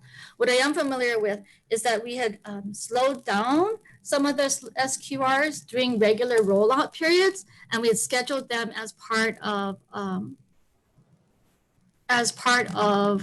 a sort of mid-release. I mean, as we get closer to rollouts, we generally do slow down SQRs. So I'm not familiar with that scenario at all. I'm sorry. I'd appreciate the details if you could either repeat that or send that to me, or have your staff send that to me in email. Do you ever recall saying that the only thing perfect is TSM and you? I'm sorry? Do you recall ever saying that the only thing perfect is TSM and you? Oh, God, no. No, you don't recall ever saying that? No. Okay. My understanding is that your position is that almost everything is business user error. And if the business user just learned to use TSM, everything would be fine. But this is not true, as there are many computational errors by TSM that must be fixed manually. And the worrisome ones are the ones that the business user request fixes for, which you denied. I am not familiar with that assertion. What we do, I mean, TSM is not perfect. And so TSM is a computer system. And what a computer system does well is do computations, and it does systematic repeatable processes. It doesn't have discretion, and it's not a smart It's not an AI. It's not a smart. I mean, humans have their place in the value. With respect to corrections and business user, we're far from perfect. Just in doing the exemption report. We're not saying the system is perfect, but I think you've referred to the fact that it's been on time and on budget. And the reason it's on time and on budget is because you cut out a lot of the fixes for the business user, and that the business users are very much concerned. This is the first I'm hearing of that assertion. I mean, on budget. So the project continued to deliver value. I mean, it's not perfect. No technology solution ever is. You know, we did our best to put in a solution in a timely manner that addresses the requirements of this organization. And you know, we continue to refine our practice. We continue to put up new SQRs. We continue to put up service packs. We're continuing to add additional features to the software solution that's been deployed. We appreciate that. We understand that, Rona. I think the concern is whether or not the RFP was followed. And I have other questions to that. And when it's my turn up to speak, I will bring that all up. But that there's a lot of areas in which there were shortcuts and there were things cut out. And we're just trying to get to the bottom of it to make sure we know what we're getting and to make sure that once the vendor is done, that tax is going to be able to take care of the system with us having to be tied to a vendor like we were with CGI, because it seems like now we're stuck with FAST. But I can get to that more when I speak, Mr. Chair. I just wanted to follow up because I know Senator Kidani was referring to something that I had some information on. Thank you. Thank you for that clarification, Senator. But Rona, do you have any idea how many numbers of corrections have needed to be completed on the TSM and how many have done and are left undone? So if you're referring to the SQRs that were undertaken or submitted and reported, I can pull some data with respect to those. Well, in the 2019 tax annual report, there's the compliance division doesn't have any data as to how the TSM is doing and how many fixes we needed to still do and how many corrections have been fixed to date.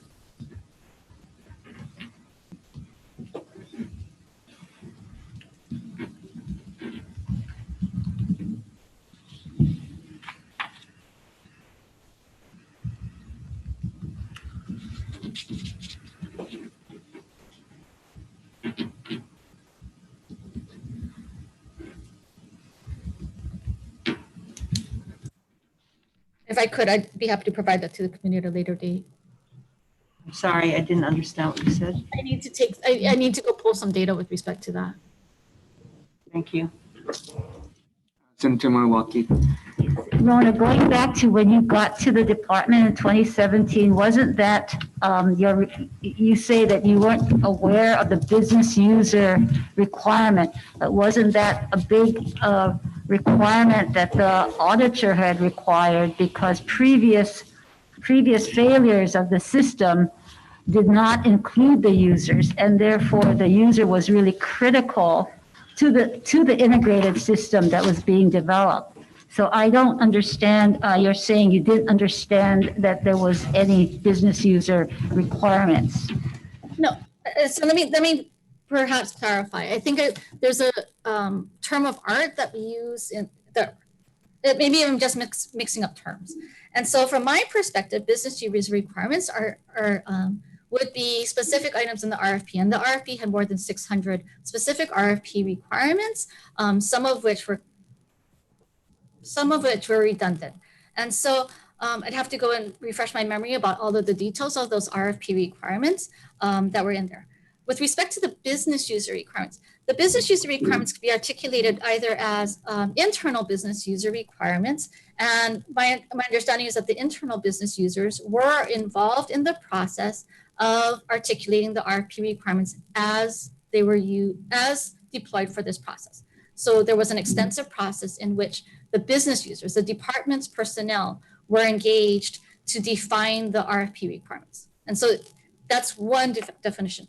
the definition that I was taking, and maybe it was because of context, was about the business community and their engagement in the process to define the requirements of the features developed by TSM, or by Gentax, or whatever you want to call it, TSM. I think that the RFP was to look at business users, the people who would be using the system, its integrated system from the collection to the processing to the auditing to the investigations. You had an integrated system where the information would come in and be usable and could be managed by the department. So the business users, in fact, I understand that this compliance TSM team in 2019, which took about 23 FTEs, or 15% of the compliance division employees, defined the requirements of the system, and that there were 600 user requirements, and that 200 were submitted and only 25 corrected. And what Senator Gidani is talking about, these change requests have not been addressed. So if in fact FAST was supposed to actually complete all of the requirements, then they did not complete the requirements, and you're telling me that the project was completed. And that doesn't sit well with me, having paid, what is the total amount that you paid FAST for this contract? Is it $60 million, or if you, how much did you pay FAST, and did they do this? So I'll have to put out the exact financials, but the total project cost, the total contract includes the warranty, the maintenance period, which is 5 years from now. So that included roughly about little over $1 million a year, if I recall correctly. How much was that? So the total contract that you had with FAST, and what is the total amount you paid FAST for TSM? I'll have to look up the exact data with respect to the exact dollar amount that was paid to FAST. And I can. And did they complete all of these requirements, like the business user requirements? If they did not make the corrections, shouldn't they have before you signed off on the contract? So we reviewed. There were six, as I mentioned, or you had mentioned as well. There were more than 600 user requirements included in the 600 system requirements included in the RFP. Not all of them were user requirements or business user requirements. Some of them were technical requirements. Some of them were documentation requirements. There was a vast array of requirements in this very complex contract. With respect to those particular items, we have reviewed those items, or the team had reviewed those items extensively at that point in time and felt that the requirements were met. I'd be happy to provide the documentation with respect to how we believe those items were met.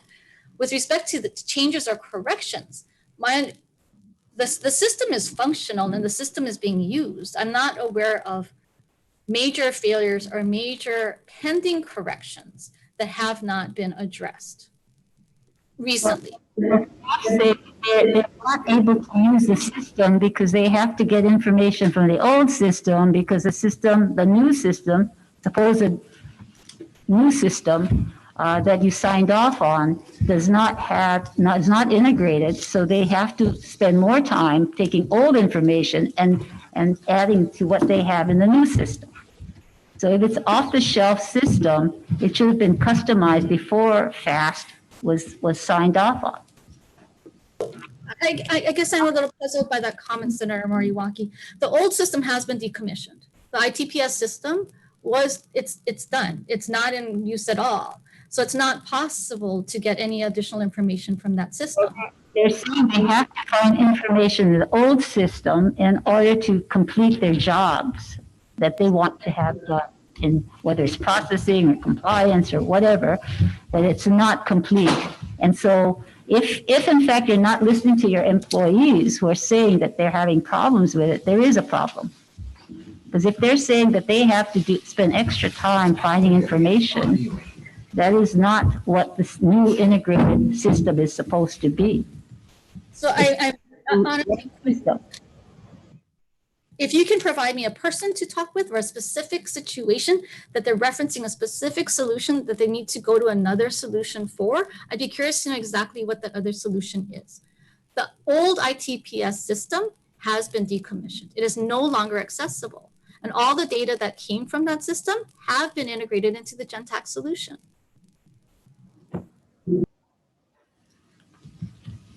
Well, staffers say the system is not fully functioning and they'd still have to get information from the old system that takes them more time to do their jobs. Understood. And I'd be happy to talk to those staff members if you would provide me their information, or they can reach out to me personally. I'd like to go back to talking about employees. There was a survey on the rollout number 3 in 2017. You can answer these questions. FAST was supposed to do a comprehensive training module, and the staff say that all they got were video modules. No discussion of purpose of the system. Only these videos on how to use a computer. What kind of training was done initially when you were working on this system, when you came on in 2017 and to this date, on working with your employees? Because the whole system is for the use of the employees on how they process and audit and even select investigations. So how have you worked with the employees and managers, whoever is left, on this program? So the employees are provided video training, they're provided help documentation, and they're provided in-person training in the course of this project. And then they're provided this desk side support upon every rollout, so that staff were available to support them at least on the first 2 weeks, sometimes 3 weeks of the go live of a new functionality. And so, yeah, have you personally talked to the managers, your branch chiefs, the employees as to the intent of the system, what the system's to do, and get feedback so that they feel comfortable that they can give you feedback without fear of being called stupid because they're not working within the system? I continue to work with employees and see the system. I know how to. I've learned how to use the system with them and how to look at the reports and then how to help them utilize the system. I don't know every feature set that every employee is using, but I have personally done things like data entry in order to understand what the requirements are and how we can continue to refine the system, continue to work with employees to get feedback. As we went around the islands before COVID last year, all of the employees were very open. And I said this last week, and stepping up and stepping forward to offer suggestions. And where possible, we've been able to accommodate many of those recommendations.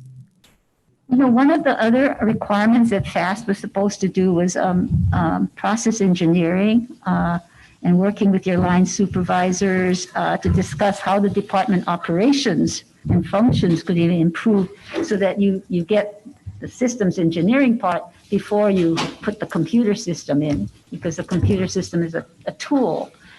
How much of that was done? Was it done by FAST or you? So that process was already underway prior to my engagement in this project. There were business process reengineering teams. And so there was two consultants from FAST that were spending time with the managers in the department in order to evaluate business process reengineering opportunities. And so, the hard part about business reengineering, because I spent a lot of my life doing business process reengineering, is that it requires a change and you have to be willing to change your process. And sometimes it's hard to do that, especially when you're up against a quick timetable. And in the case of this project, it was hard. It continues to be difficult to adopt a new technology, and the staff worked really, really hard to do that. They were learning a new technology at the same time that they were using an old technology. And so it was hard for them to do both, and understandably challenging to do both. So there was a business process reengineering effort. Do I wish that it would have been more robust? Probably, but there was also a time constraint in needing to meet the deadlines in order to meet the schedule for this project. So let me go back to your management approach. So you say that you're into TQM, Deming, process engineering. So in fact, you're saying that hasn't happened, that it was too difficult, or is that why Well, let me know. How are you operating with your management staff when most of them have left? Most of our management staff has not left. I mean, as I mentioned earlier, of our 13 direct reports to me, to the director, 4 have left and they've all been replaced. All but New people in, people that you can work with versus the people who are there. right, but I mean, when people choose to leave, 2 of them chose to retire. I mean, they were at 30 years of service and they were due to retire, and I will never stop a person from retiring. They've earned that right to retire. But one person prior, Person was brought in because of the experience. And as Senator Kahele said, the person was not willing to retire, was working on this process, helping the division. It's a big division, by the way. It's about 200 people, right? What are your managers if they're not doing what you want? Are you just saying that they've got they can either work and do what you want or leave? Are you bringing in all of these new positions? Are your people that you're just bringing in? I'm going to run the department. I don't think that's an accurate characterization. I mean, when a position becomes vacant because a person retires, we do need to refill those positions. And if that's a person that I hire because they're a direct report, then I guess that is true. But it is just the nature of an organization. Well, well, for example, here's the testimony from ASHME. They're saying, following your appointment to the department as the special assistant in March 2018, they received calls and email reporting your intimidating and hostile actions. According to members, you created a work environment in which employees felt compelled to leave or forced to resign. And at least 14 managerial employees or their direct reports, confidential and exempt employees, left the position due to your management practices. And some of the employees confided that they left despite significant service time with DOTAX. Those are a pretty scathing assessment of your management of this department. If you're talking about TQM and process engineering and working with your employees. Well, with all due respect, I did read that testimony. I'm puzzled by the fact pattern as presented in that testimony, as I've indicated earlier. I don't have 13 other direct reports to leave. I mean, they'd all be gone. Well, if you intimidate them and bully them, and they feel that they cannot do their jobs or they're not appreciated, it's very difficult to have your department, even restructure your department to make it a functioning program, especially when we need DOTAX now, when we have the need for fair and consistent collection of revenues when we're facing a budget shortfall. It's very critical for you to treat your employees with respect and work with them. But it seems that it's not happening or hasn't happened since you've been there. But with all due respect, Senator, the fact pattern is not clear. And so the fact pattern as presented in that letter is not consistent with the data that we have. The fact pattern about the number of grievances and we have had, I'll do a double check with our HR manager, but we haven't had any grievances reported in this agency in the last year. And so I'm really puzzled by the fact pattern that's being presented. In addition to which, you have the fact pattern or the record reflects that there are employees that have come out to testify in support of my nomination because they felt valued, because they feel like they're important parts of this organization. And so I'm really puzzled by this line because I do treat people well. I mean, there's a reason that the people are here to support my nomination. And I appreciate all of the support that friends, family, professionals, former bosses have offered because of my commitment to public service and my commitment to doing the best job I can possibly do. So I would, You know, I was the personnel director of the state. And that's why it really concerns me when I do get complaints from employees and managers that their department head is not treating them with respect. And, you know, you are dealt the hand that you've been dealt. You have to deal with your employees respectfully, and you cannot be calling them names. You cannot be bullying them. They cannot be fearful of retaliation.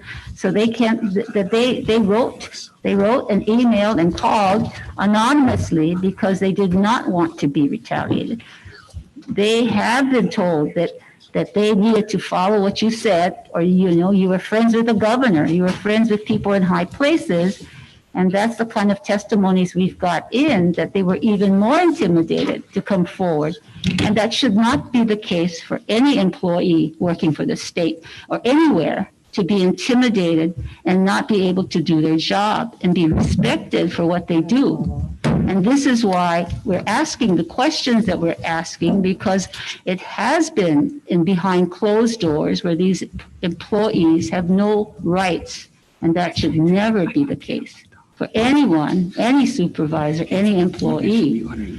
So you cannot be using your position to push whatever your agenda is in this department by intimidating employees.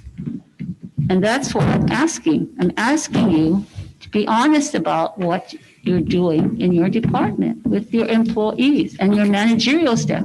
How could 17 of them walk in the less than a year that you've been there? Okay, Senator Kidani. Thank you. Rona, prior to your employment with DOTAX, were you employed by anyone related to the contractor or subcontractors of the TSM project?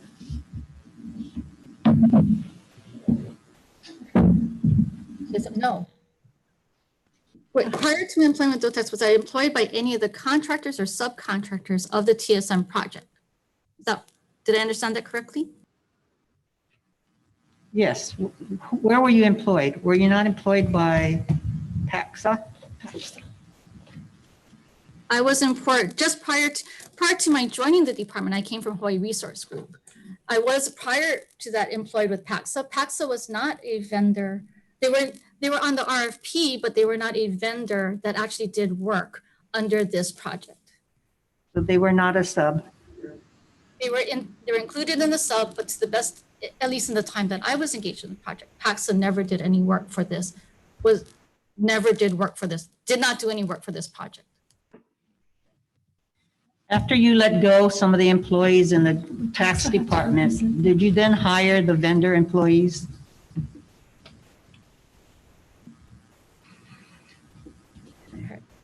No, we have not hired any FAST, Genesis, or even PAXA employees in the department. So none of the employees in the tax department that you hired were formerly employed by any of the contractor or subs that did the TSM project?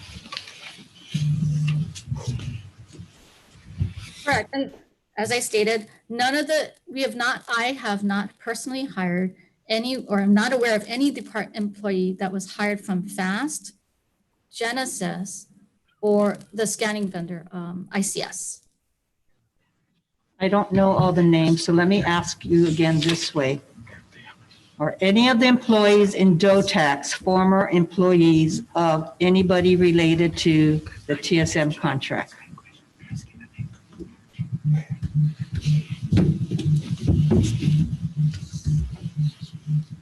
To the best of my knowledge, no. Thank you.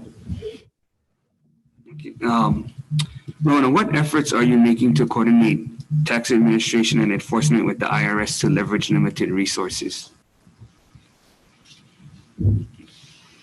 So the IRS provides us data. So the main thing that they do is provide us a lot of data. And so we're able to utilize those data in order to do things like CP 2000 and RAR. RAR is another revenue assessment program in which the IRS has issued an assessment against a taxpayer in Hawaii, and then we could similarly follow suit. There are other data that are part of the data sets that are provided by the IRS, including things related to fraud, and we get like 15 data sets. And so we're thinking about, or we've been contemplating ways to better utilize those data sets in order to improve compliance. There's a time lag because there's a 2-year time lag before we get the data from the IRS. Yeah, but specifically, what efforts do you make to coordinate with the IRS? I work directly with the IRS with respect to the safeguards and the information security practices. We had a point of contact in Hawaii, and he's since retired from the IRS. And so we're working with the contact who's now changed 2 times over. And I think she is in San Diego now. I'd have to go and look at her. I haven't talked to her in a little bit. I guess that's kind of my point, is that if we can go and do the outreach and see what other things that we can do to better coordinate in this time of limited resources. Well, at the present time, most of the IRS offices are closed. We do work with the Taxpayer Advocate Office in Honolulu with Gabrielle, and she did go around. She has participated in our tax seminars with us as we've put together as we went around the island to talk to the different taxpayers. And I think she did it 2 years in a row now. Okay, if you can send any kind of correspondence from the tax to the IRS, asking them how the state may be able to coordinate things so that we can leverage limited resources.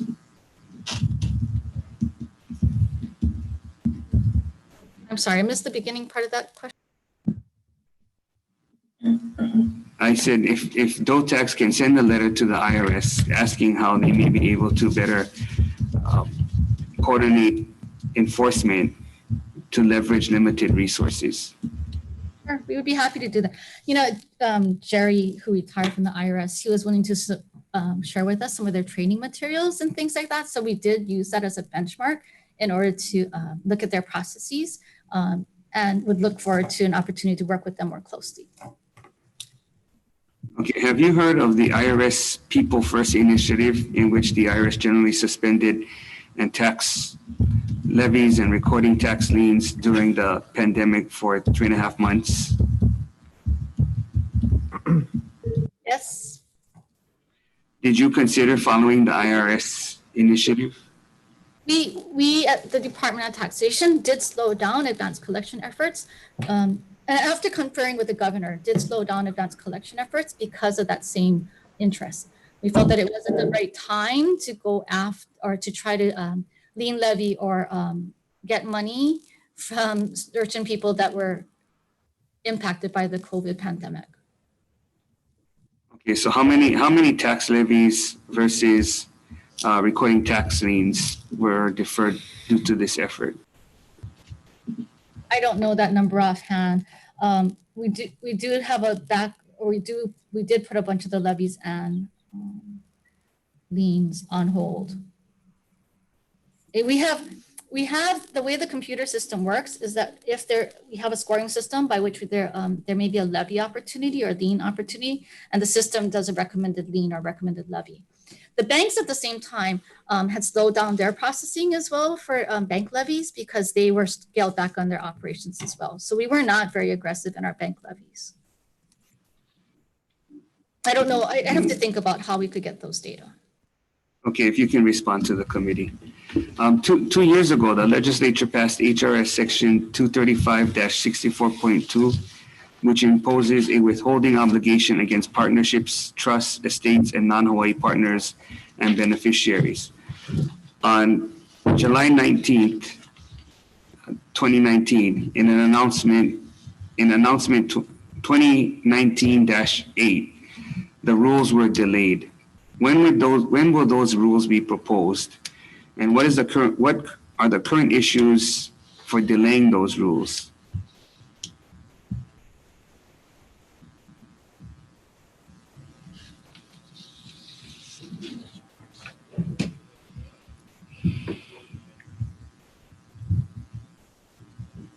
Just unmute. I didn't unmute, darn.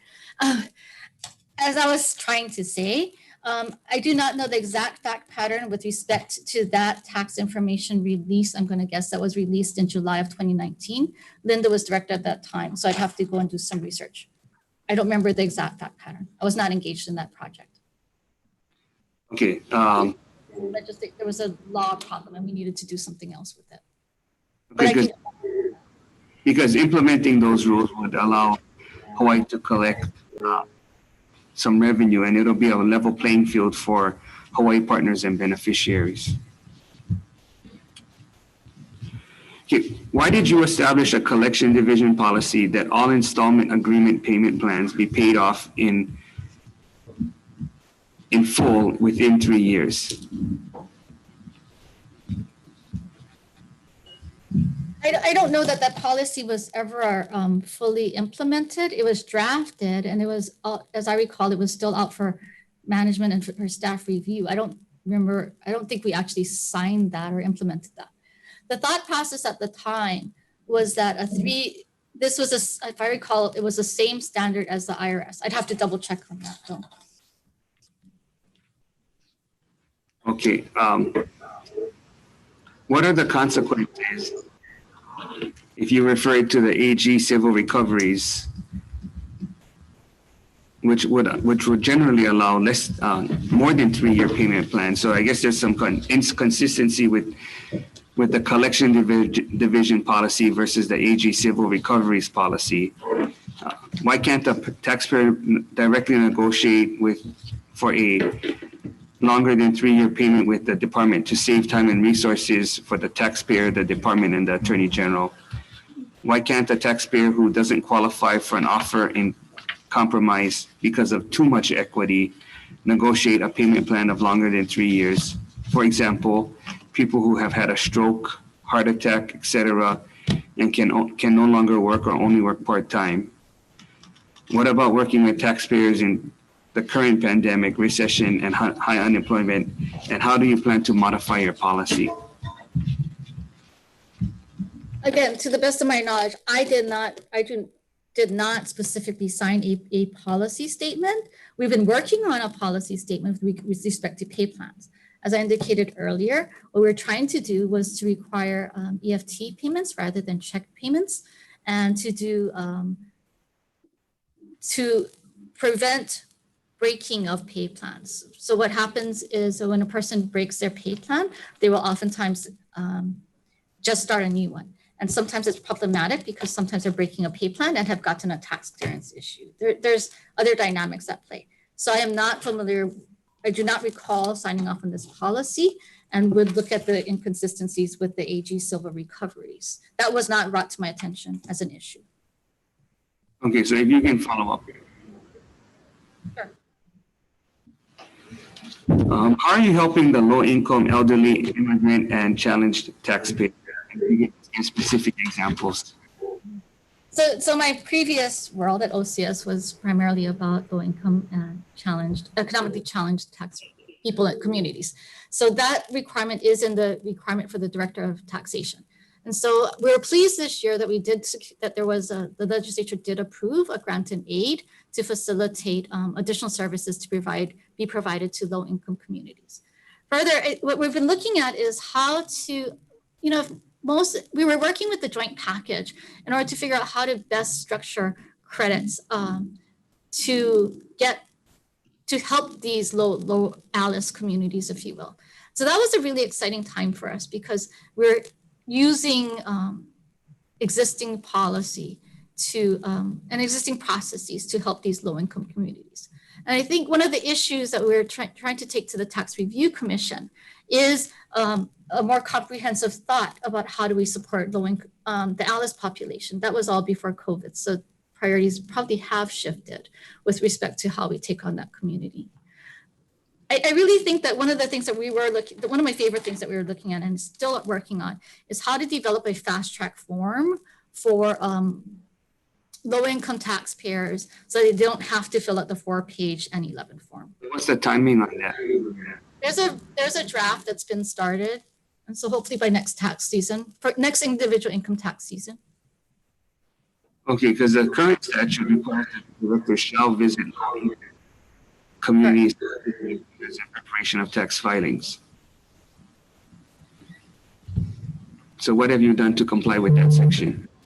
Again, and as I mentioned earlier, I, as director, have not personally gone out to visit with these different communities. I mean, the first step that we took was, I mean, actually was the legislature's first step, I suppose, was a GIA to support that. What we do in order to support the low-income communities is print and distribute excessive, or a lot of forms in order to help ARP and other agencies file or assist low-income taxpayers with filing taxes. The statute requires that you have these visitations on an annual basis statewide. So, you know, that's probably something that we probably did overlook. And as we go around the islands, or used to go around the islands to do the tax workshops in every island, it probably would have been a good thing to take on at the same time. And my relationship with the community action agencies probably would be the best way to go about that. So we'll see what we can do to work with them. When was the last time the department complied with this provision? I don't know.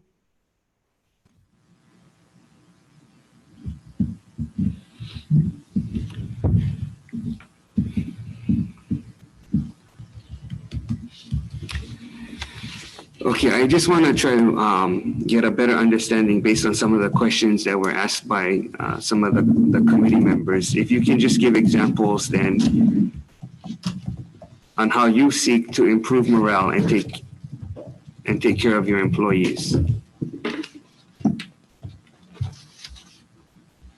Yeah, I am quite frankly surprised by the line of discussion that's been happening today about my relationship with employees.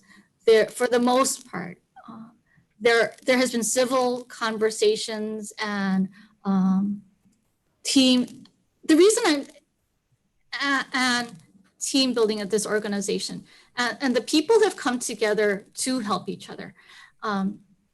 So I am somewhat puzzled by the allegation of hundreds of grievances and mass numbers of people leaving this organization as a result of something that I did.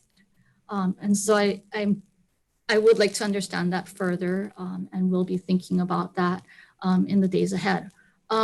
With respect to the morale, I mean, I personally walked the floor. I mean, I probably know more people in this agency than a lot of other prior directors.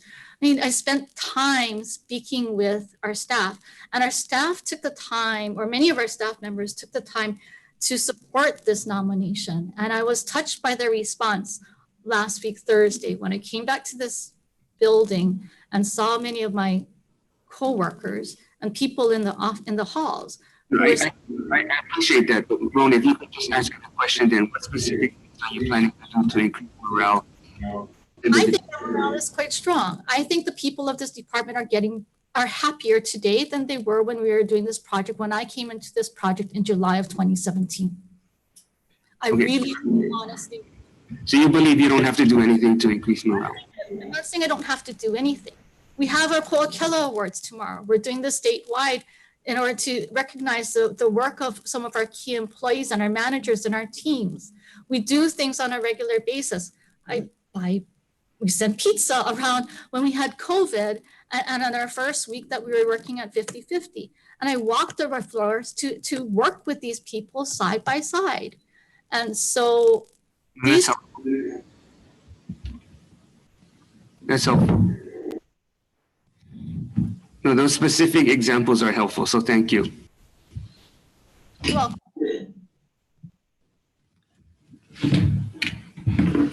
Members, any questions? I think, you guys, and then I. Senator Favela? Major initiative could fall into much of your time and interest is your way of, for your department. For example, could you tell us about the $500 million CIP security improvement project, the legislation legislators found it 3 years ago. What is the process? I mean, what's happening with that? Because a lot of them, the equipment that was supposed to be put on was in your district buildings, especially securing the tax return books.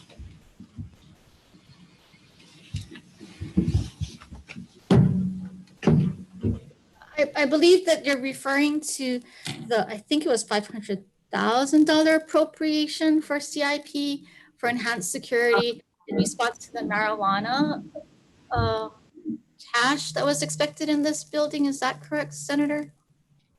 Yeah, So that project was not moved on prior, or moved on in a very small way prior to my arrival here.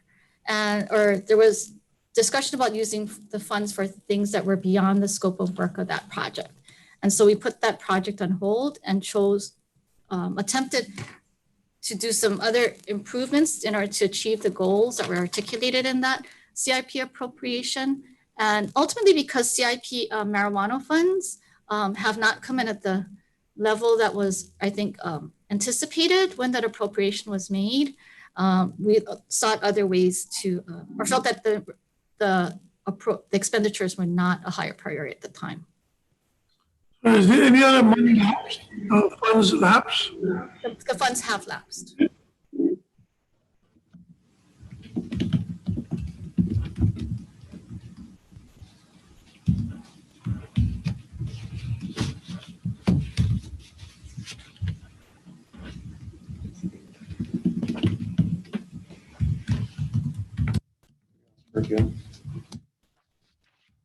Can you answer the question? The money that was allocated, the 500,000 for the project that you said that you guys had put on hold, is any of that money still available or did it lapse? Oh, I'm sorry. I thought it was unmuted. I'm sorry. The money did lapse. I think we expended, if I recall correctly, definitely less than 100,000, and then the remainder of that did lapse. Well, the only reason why it's kind of concerning is because, I mean, they allocated the CIPs for the security, and I understand you wanted to put it off. But even with that, did you guys ever consult or even talk to anybody to do any kind of security or get some specs on equipment or anything like that? So we just put the money or the project on hold, or whatever word that you had just used? The project, there was a consultant, as I recall, that was engaged in order to do an assessment of the needs of the agency. Some of the short-term needs of the agency were taken care of, like building more secure cash handling rooms at each of the islands. And so those expenditures were undertaken. There was a proposal to put extensive cameras throughout all of our facilities statewide, that would have been beyond the scope of what was contemplated by, or the intent of what that CIP appropriation was made for, which is specifically with respect to the marijuana cash handling and the increased security needs because of the marijuana cash. Thank you. The remaining funds were lapsed. Senator Kim? Yes, I have a lot of questions, Rona, but let me just follow up on what you just talked about. So the scope of work was done, and wasn't the RFP go out, and wasn't there a bidder that was finally accepted for the security? Right, so the security contract, or the security bid that you're referring to was a building-wide extensive security system that had technical challenges given the infrastructure that was available. And the costs were unclear as to what the additional costs would have been to complete that project.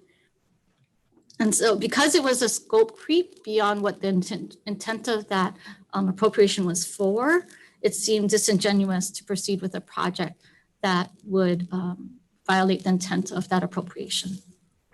I can appreciate that, but it just surprises me that it would go through the scoping, it would go through the RFP, it would go out to bid, a bidder was selected, and then only then you guys felt that it was too much. I don't know. I'm not sure why that much work would be put into everything. And then at the last minute decided, well, no, it's too much. How does that? And I can pull the exact fact pattern with respect to the timing of how all of those series of events did happen. That fact pattern, much of that fact pattern did happen prior to even my arrival at this department, prior to Linda's arrival at this department. And when I did not make the decision to not proceed with the project, Linda in fact made that decision. Okay, but did you not ask that instead of this project, that a bulletproof glass would be considered to be put in? So we did contemplate, we have asked all of our office managers to look at the security of their facilities and whether additional facility upgrades needed to happen. Personally, because I'd gone to the different islands, I felt like the front counter plexiglass windows needed to be replaced by a thicker partition. That was not in scope, to the best of my recollection, of this proposed RFP. We subsequently asked our district managers or office managers to find other, to develop other bids or to solicit other bids to achieve that goal. So your suggestion is being contemplated by our office managers in order to improve the security in our facilities. Right. So you had preferred to have bulletproof glass. So you asked staff to do a scope of work, and they did, but nothing's happened, and then the money lapsed. The scope of the work that was they did not. The scope of work that was presented, if I recall correctly, was something that we could have accommodated in our regular expenditures. It wasn't a large expenditure. If I recall correctly, I have to look at that pattern once more. So is it being done? You can absorb more monies now? You put it in, and what's the time frame?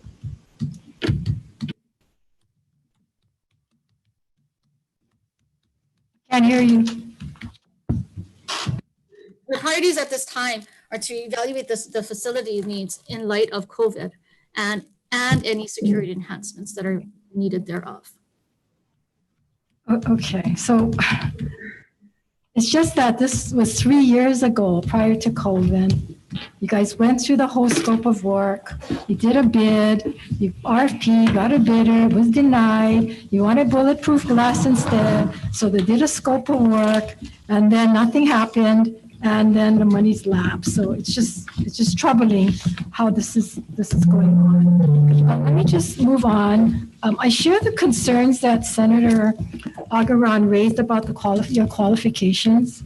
In fact, if you recall, I raised that concern when you first took over the TSM project. I introduced Senate Concurrent Resolution 62.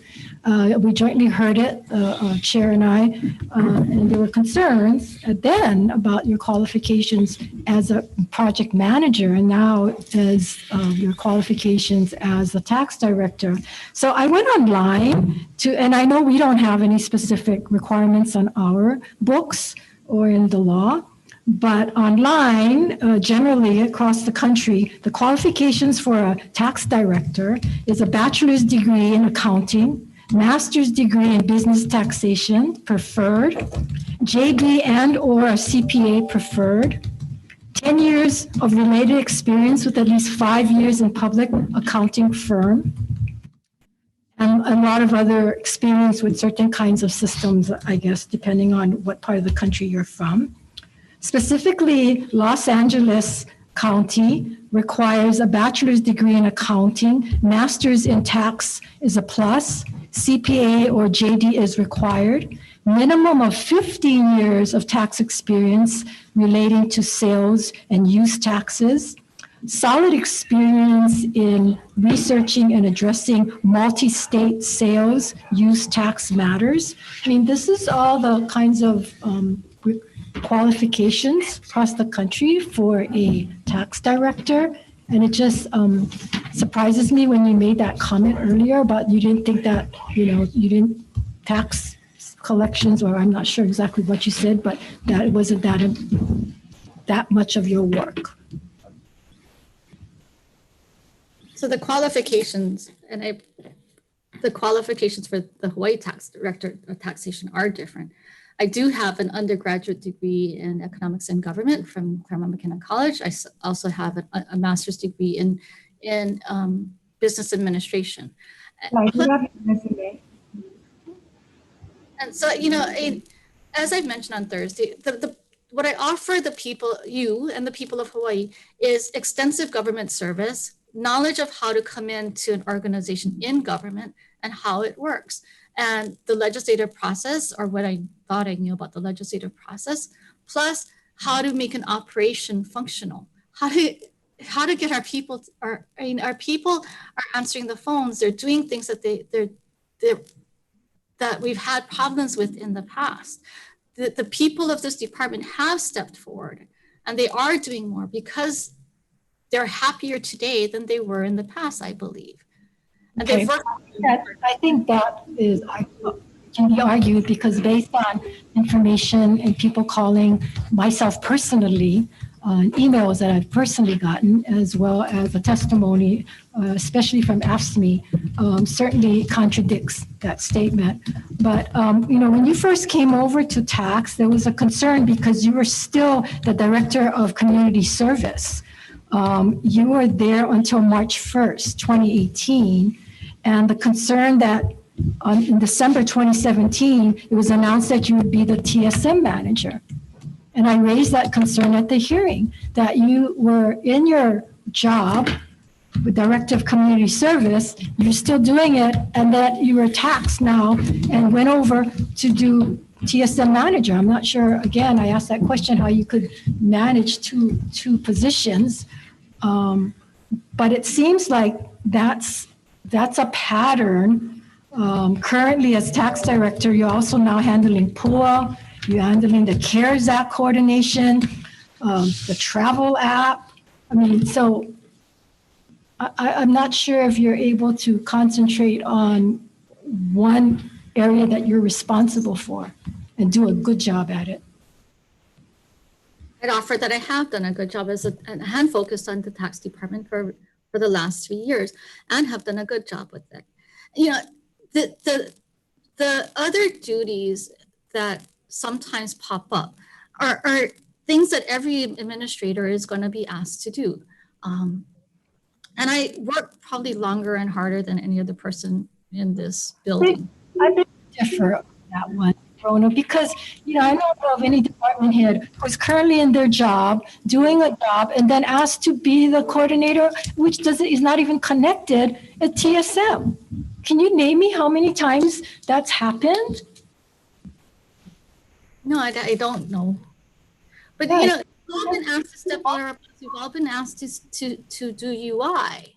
You know, we have 600 people at one time that were helping with UI from across this enterprise, including DOE and UH. And so when there's a problem, when there's a crisis, I believe that you need to step forward and you need to do what you can to be part of the solution. Thank you. I agree with you that wholeheartedly. But we're talking about a time when we weren't in COVID. You know, it wasn't an emergency. And so, yes, in this situation, there is an emergency. But I'm just saying that, you know, it's not a singular happening. It seems to be some kind of a pattern there that is going on. And then other things suffer. And that's just a concern that I have. With that, and if that's going to continue, then I think you have to decide what is it that you feel your responsibilities are, and make sure that your department is being taken care of 100%, if not more, for taking on other activities. And yes, it'll happen from time to time, but I think that it's a continual pattern that I've seen since I've been involved in all of this. And I've been around for a long time. I've been involved with CGI, so I know what's going on at tax. I know a lot of these issues, and they have not gone away, and they have not gotten better. The morale has not gotten better at all. We thought that when Maria came in, that there was going to be that change. And at first it started, then she got pushed out. And the team started taking over, and it's not changed at all. It's gotten worse in my estimation. Let me go on to the warranty, the TSM warranty period that's already ended. Part of the RFP requirement says, I can read this correctly, provide customized comprehensive on-site training, administrative, technical, post-implementation support to DOTAX personnel, including neighbor island district offices within DOTAX, specified timeframe prior to production, and shall meet the needs of DOTAX. Have that been met? The training was developed, deployed primarily as a result of the regular project. Can you slow down? I can't understand. Sorry. So the training, the customized on-site training requirement was met in the course of the project. At every rollout, additional training resources were deployed. And those training resources, including desk side support, were resources that were deployed across the state. And so the project did make a sizable investment in training. But it didn't meet the needs of the DOTAX. The needs of DOTAX, and many of the people there are saying it did not. The other requirement is provide end user technical documentation on each module of the proposed solution. Was that done? So there is, I mean, your end user in this case would be technical staff. There is documentation that's available for and was provided for the end user technical documentation for every of the modules that was deployed as part of this project.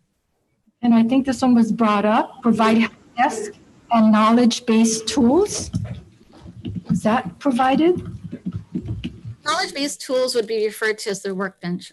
So there was a component that's meant for the development and the analysis team that they use in order to maintain information and documentation about changes and everything to deal with this application.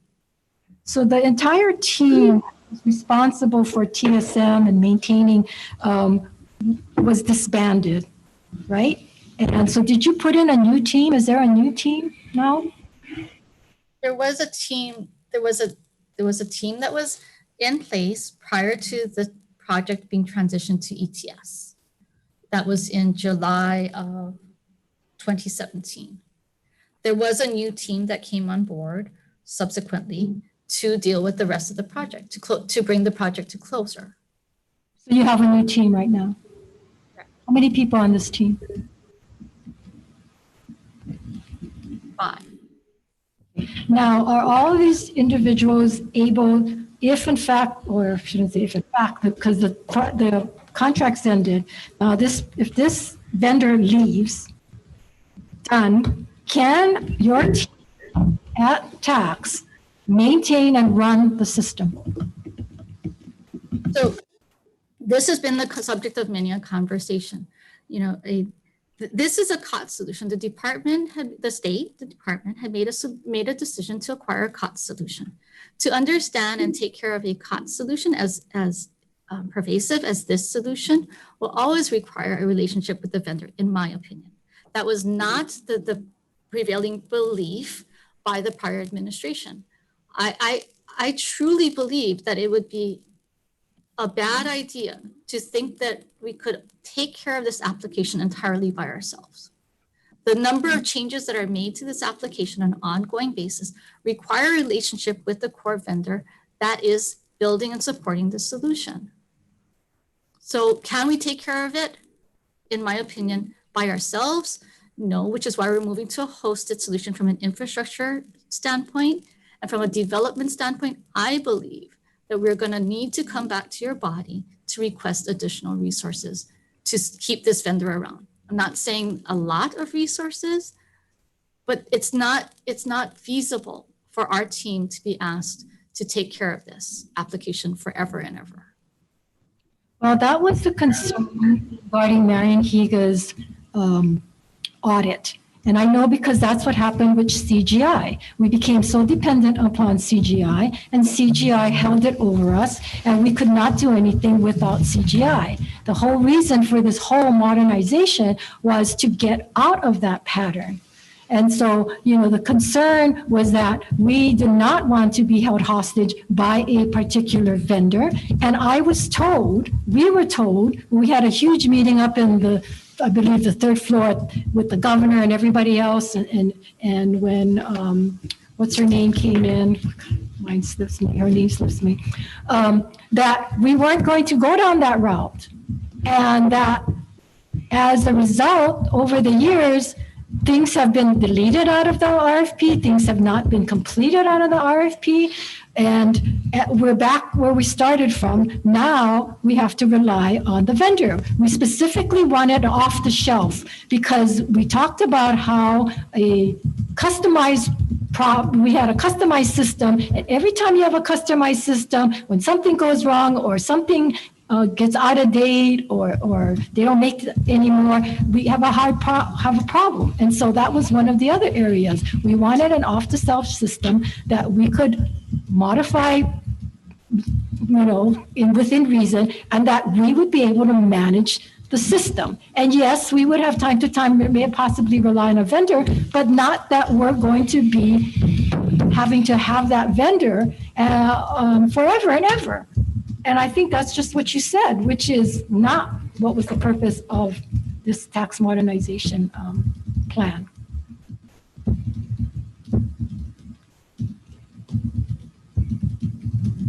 I understand. The issue when you buy a COTS solution is that you're going to have a relationship with that vendor. You're going to have to pay for maintenance in order to get updates to the system. So perhaps the department was not as clear about what that meant long term, but I think some relationship is necessary, absolutely. But I think that we have to empower the people. Because what happens if you are not in that department and nobody understands or nobody knows how to run the system? You and your handpicked team is no longer there, then who's going to run the system? We're stuck.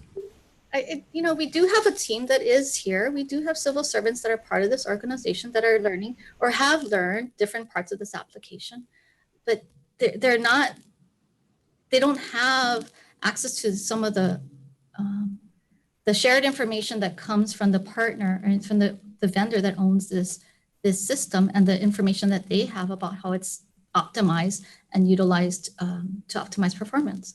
So I don't know that we're going to be able to say that come the end of next fiscal year that we will be free of vendor support. Okay, but again, one of the requirements is to provide customized, comprehensive on-site training. And to turn over all of the information, the knowledge, the base tools, that's all in the RFP for that reason. Why would it be in there? I totally understand. Quite frankly, the only other thing that I'd like to offer with respect to this point is that our own staff will turn over as well. Our staff do not stay here forever and ever. And the risk of our own staff turning over still leads us to turn back to the vendor when we need additional support. So, we're trying to minimize the amount of support that we need from our vendor. The vendor continues to work side by side with our staff in order to maximize the knowledge transfer, in order to ensure that we're as independent as possible. And we've been working really hard to switch roles so that we drive this technology more than this vendor. But Rona, that happens in every single department. People have knowledge, they retire, they leave. So you're saying that we're going to have vendors in every department every time, you have people leave? No, that knowledge and that experience and stuff gets passed on within the department. So I find that hard to be able to understand that. And again, you have to empower the people, you have to give them the training, but a lot of the people that had this knowledge and background information and historical information was let go or forced out. And so, you lose that historical information and it doesn't get passed on. And people people have said they left, and your ASO left, right at the beginning of this year, your ASO left, that hasn't been replaced. And so, despite what you say, the evidence and the vacancies and the people that have left and the people that have called us does not purport to what you're saying. Let me go on to the tax records. So we have people that's paying back taxes, correct? People who owe taxes beyond 10 years are still paying on their taxes? On the past liabilities, correct. Yes. So this new system, does it go back further than 10 years?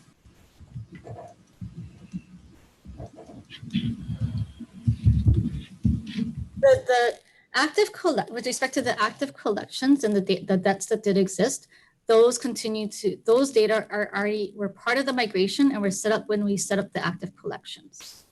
The additional debts that came over, I don't remember exactly offhand. I believe we went back 10 years, but I'd have to go double check that.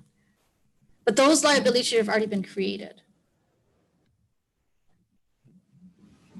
Okay, it's mine. And again, I'm not in the tax department, so I don't know this for a fact, but my understanding is that the current system now will only go back 10 years and that everything else is wiped out. And we have people that are still paying for back taxes longer than 10 years.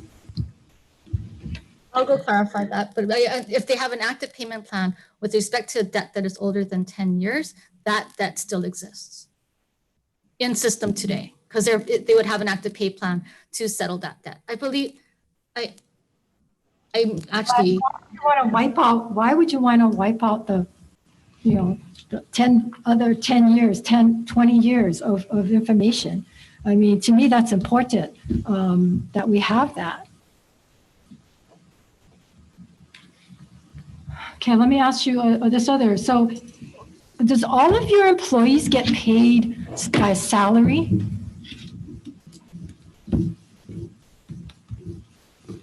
The majority of our employees are salary, either Unit 13 or Unit 3. There are a few 89-day hires that are getting paid hourly. Do you have a percentage of tax revenue collected that they would get a percentage of? Is there anybody with that kind of compensation package? There is nobody with that compensation package. Everybody is strictly following the union contract, meaning that they follow the contract and the salary schedule thereof. Is that something that you had proposed at one point? It was contemplated as an opportunity to improve to create an incentive and entrepreneurialize the collections group. It was not pursued.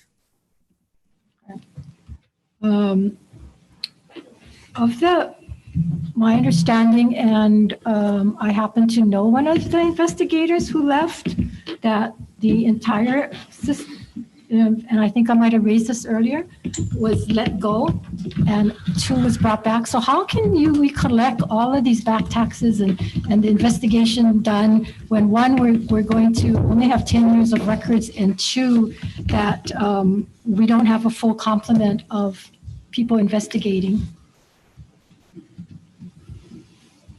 I'm sorry. Could you help me understand which investigation group you're referring to, please?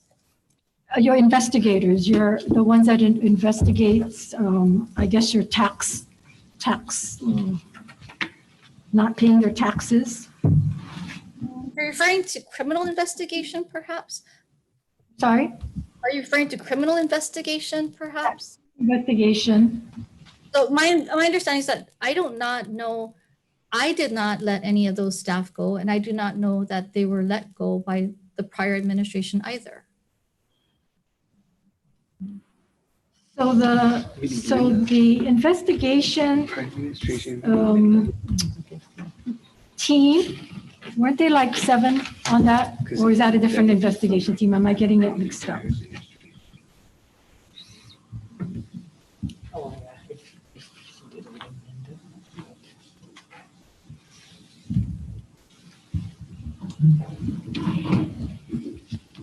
The criminal investigation, 6 vacancies.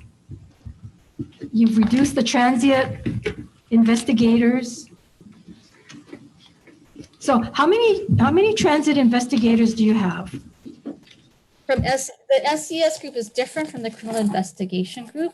The SCS group is the one that does the transit accommodations tax as well as the capital. Earlier where you have 9 on that, right? I thought we only had 1 or 2 vacancies. So I'd have to. We gave you 15 positions and you only have 9. Some of them were recent created positions, and so we may not have completed establishment. I'd have to go look at the exact status of those. And so the criminal investigations, you have how many vacancies? I believe right now we have 3 or 4 filled, 3 positions filled out of the 9. I think that's the group with 9. That's the one that 8 people, I think. was let go. I don't know that anyone was let go. I did not personally let anyone go from that group.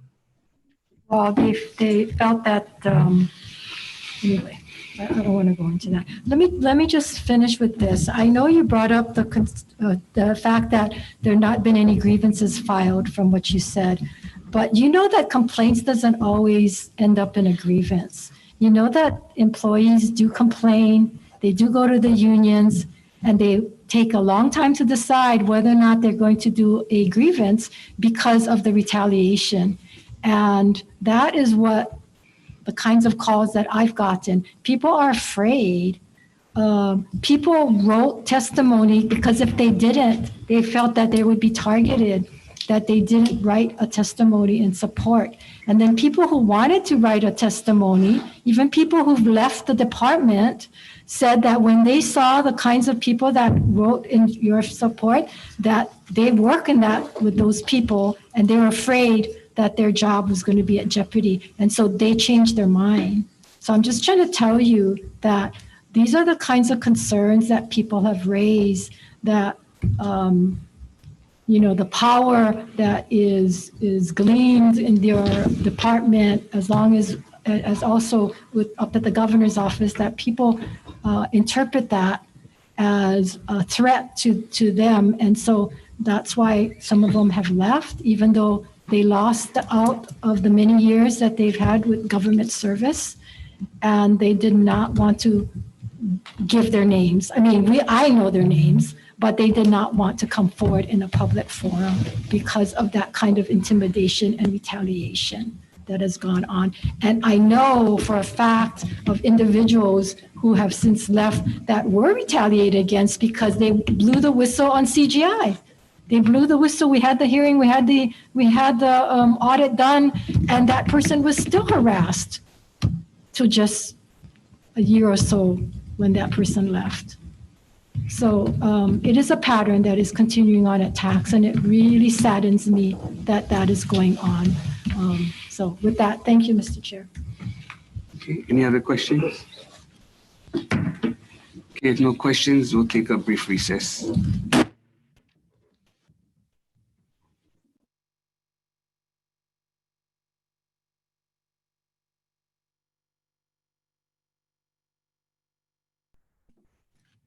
Okay, everybody.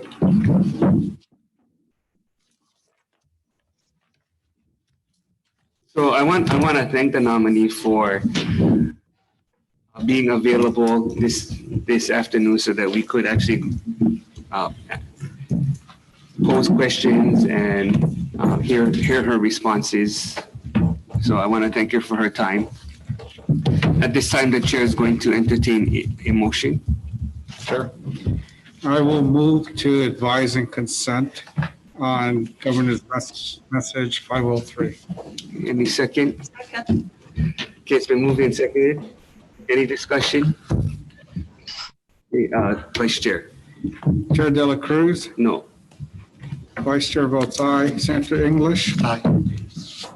Senator Inoue. Aye. Senator Kaheli. No. Senator Kanuha. Aye. Senator Gidani. No. Senator Moriwaki. No. Senator Rivera. No. Senator Shimabukuro. Aye. Senator Taniguchi. With reservations. Senator Favela. No. It's 6-5, no. Thank you. Adjourn. I'm sorry, it's 6-6. 6-6, I forgot reservations is a yes, but 6-6. Okay. Adjourn. No, they just close the. That's our floor. No recommendation.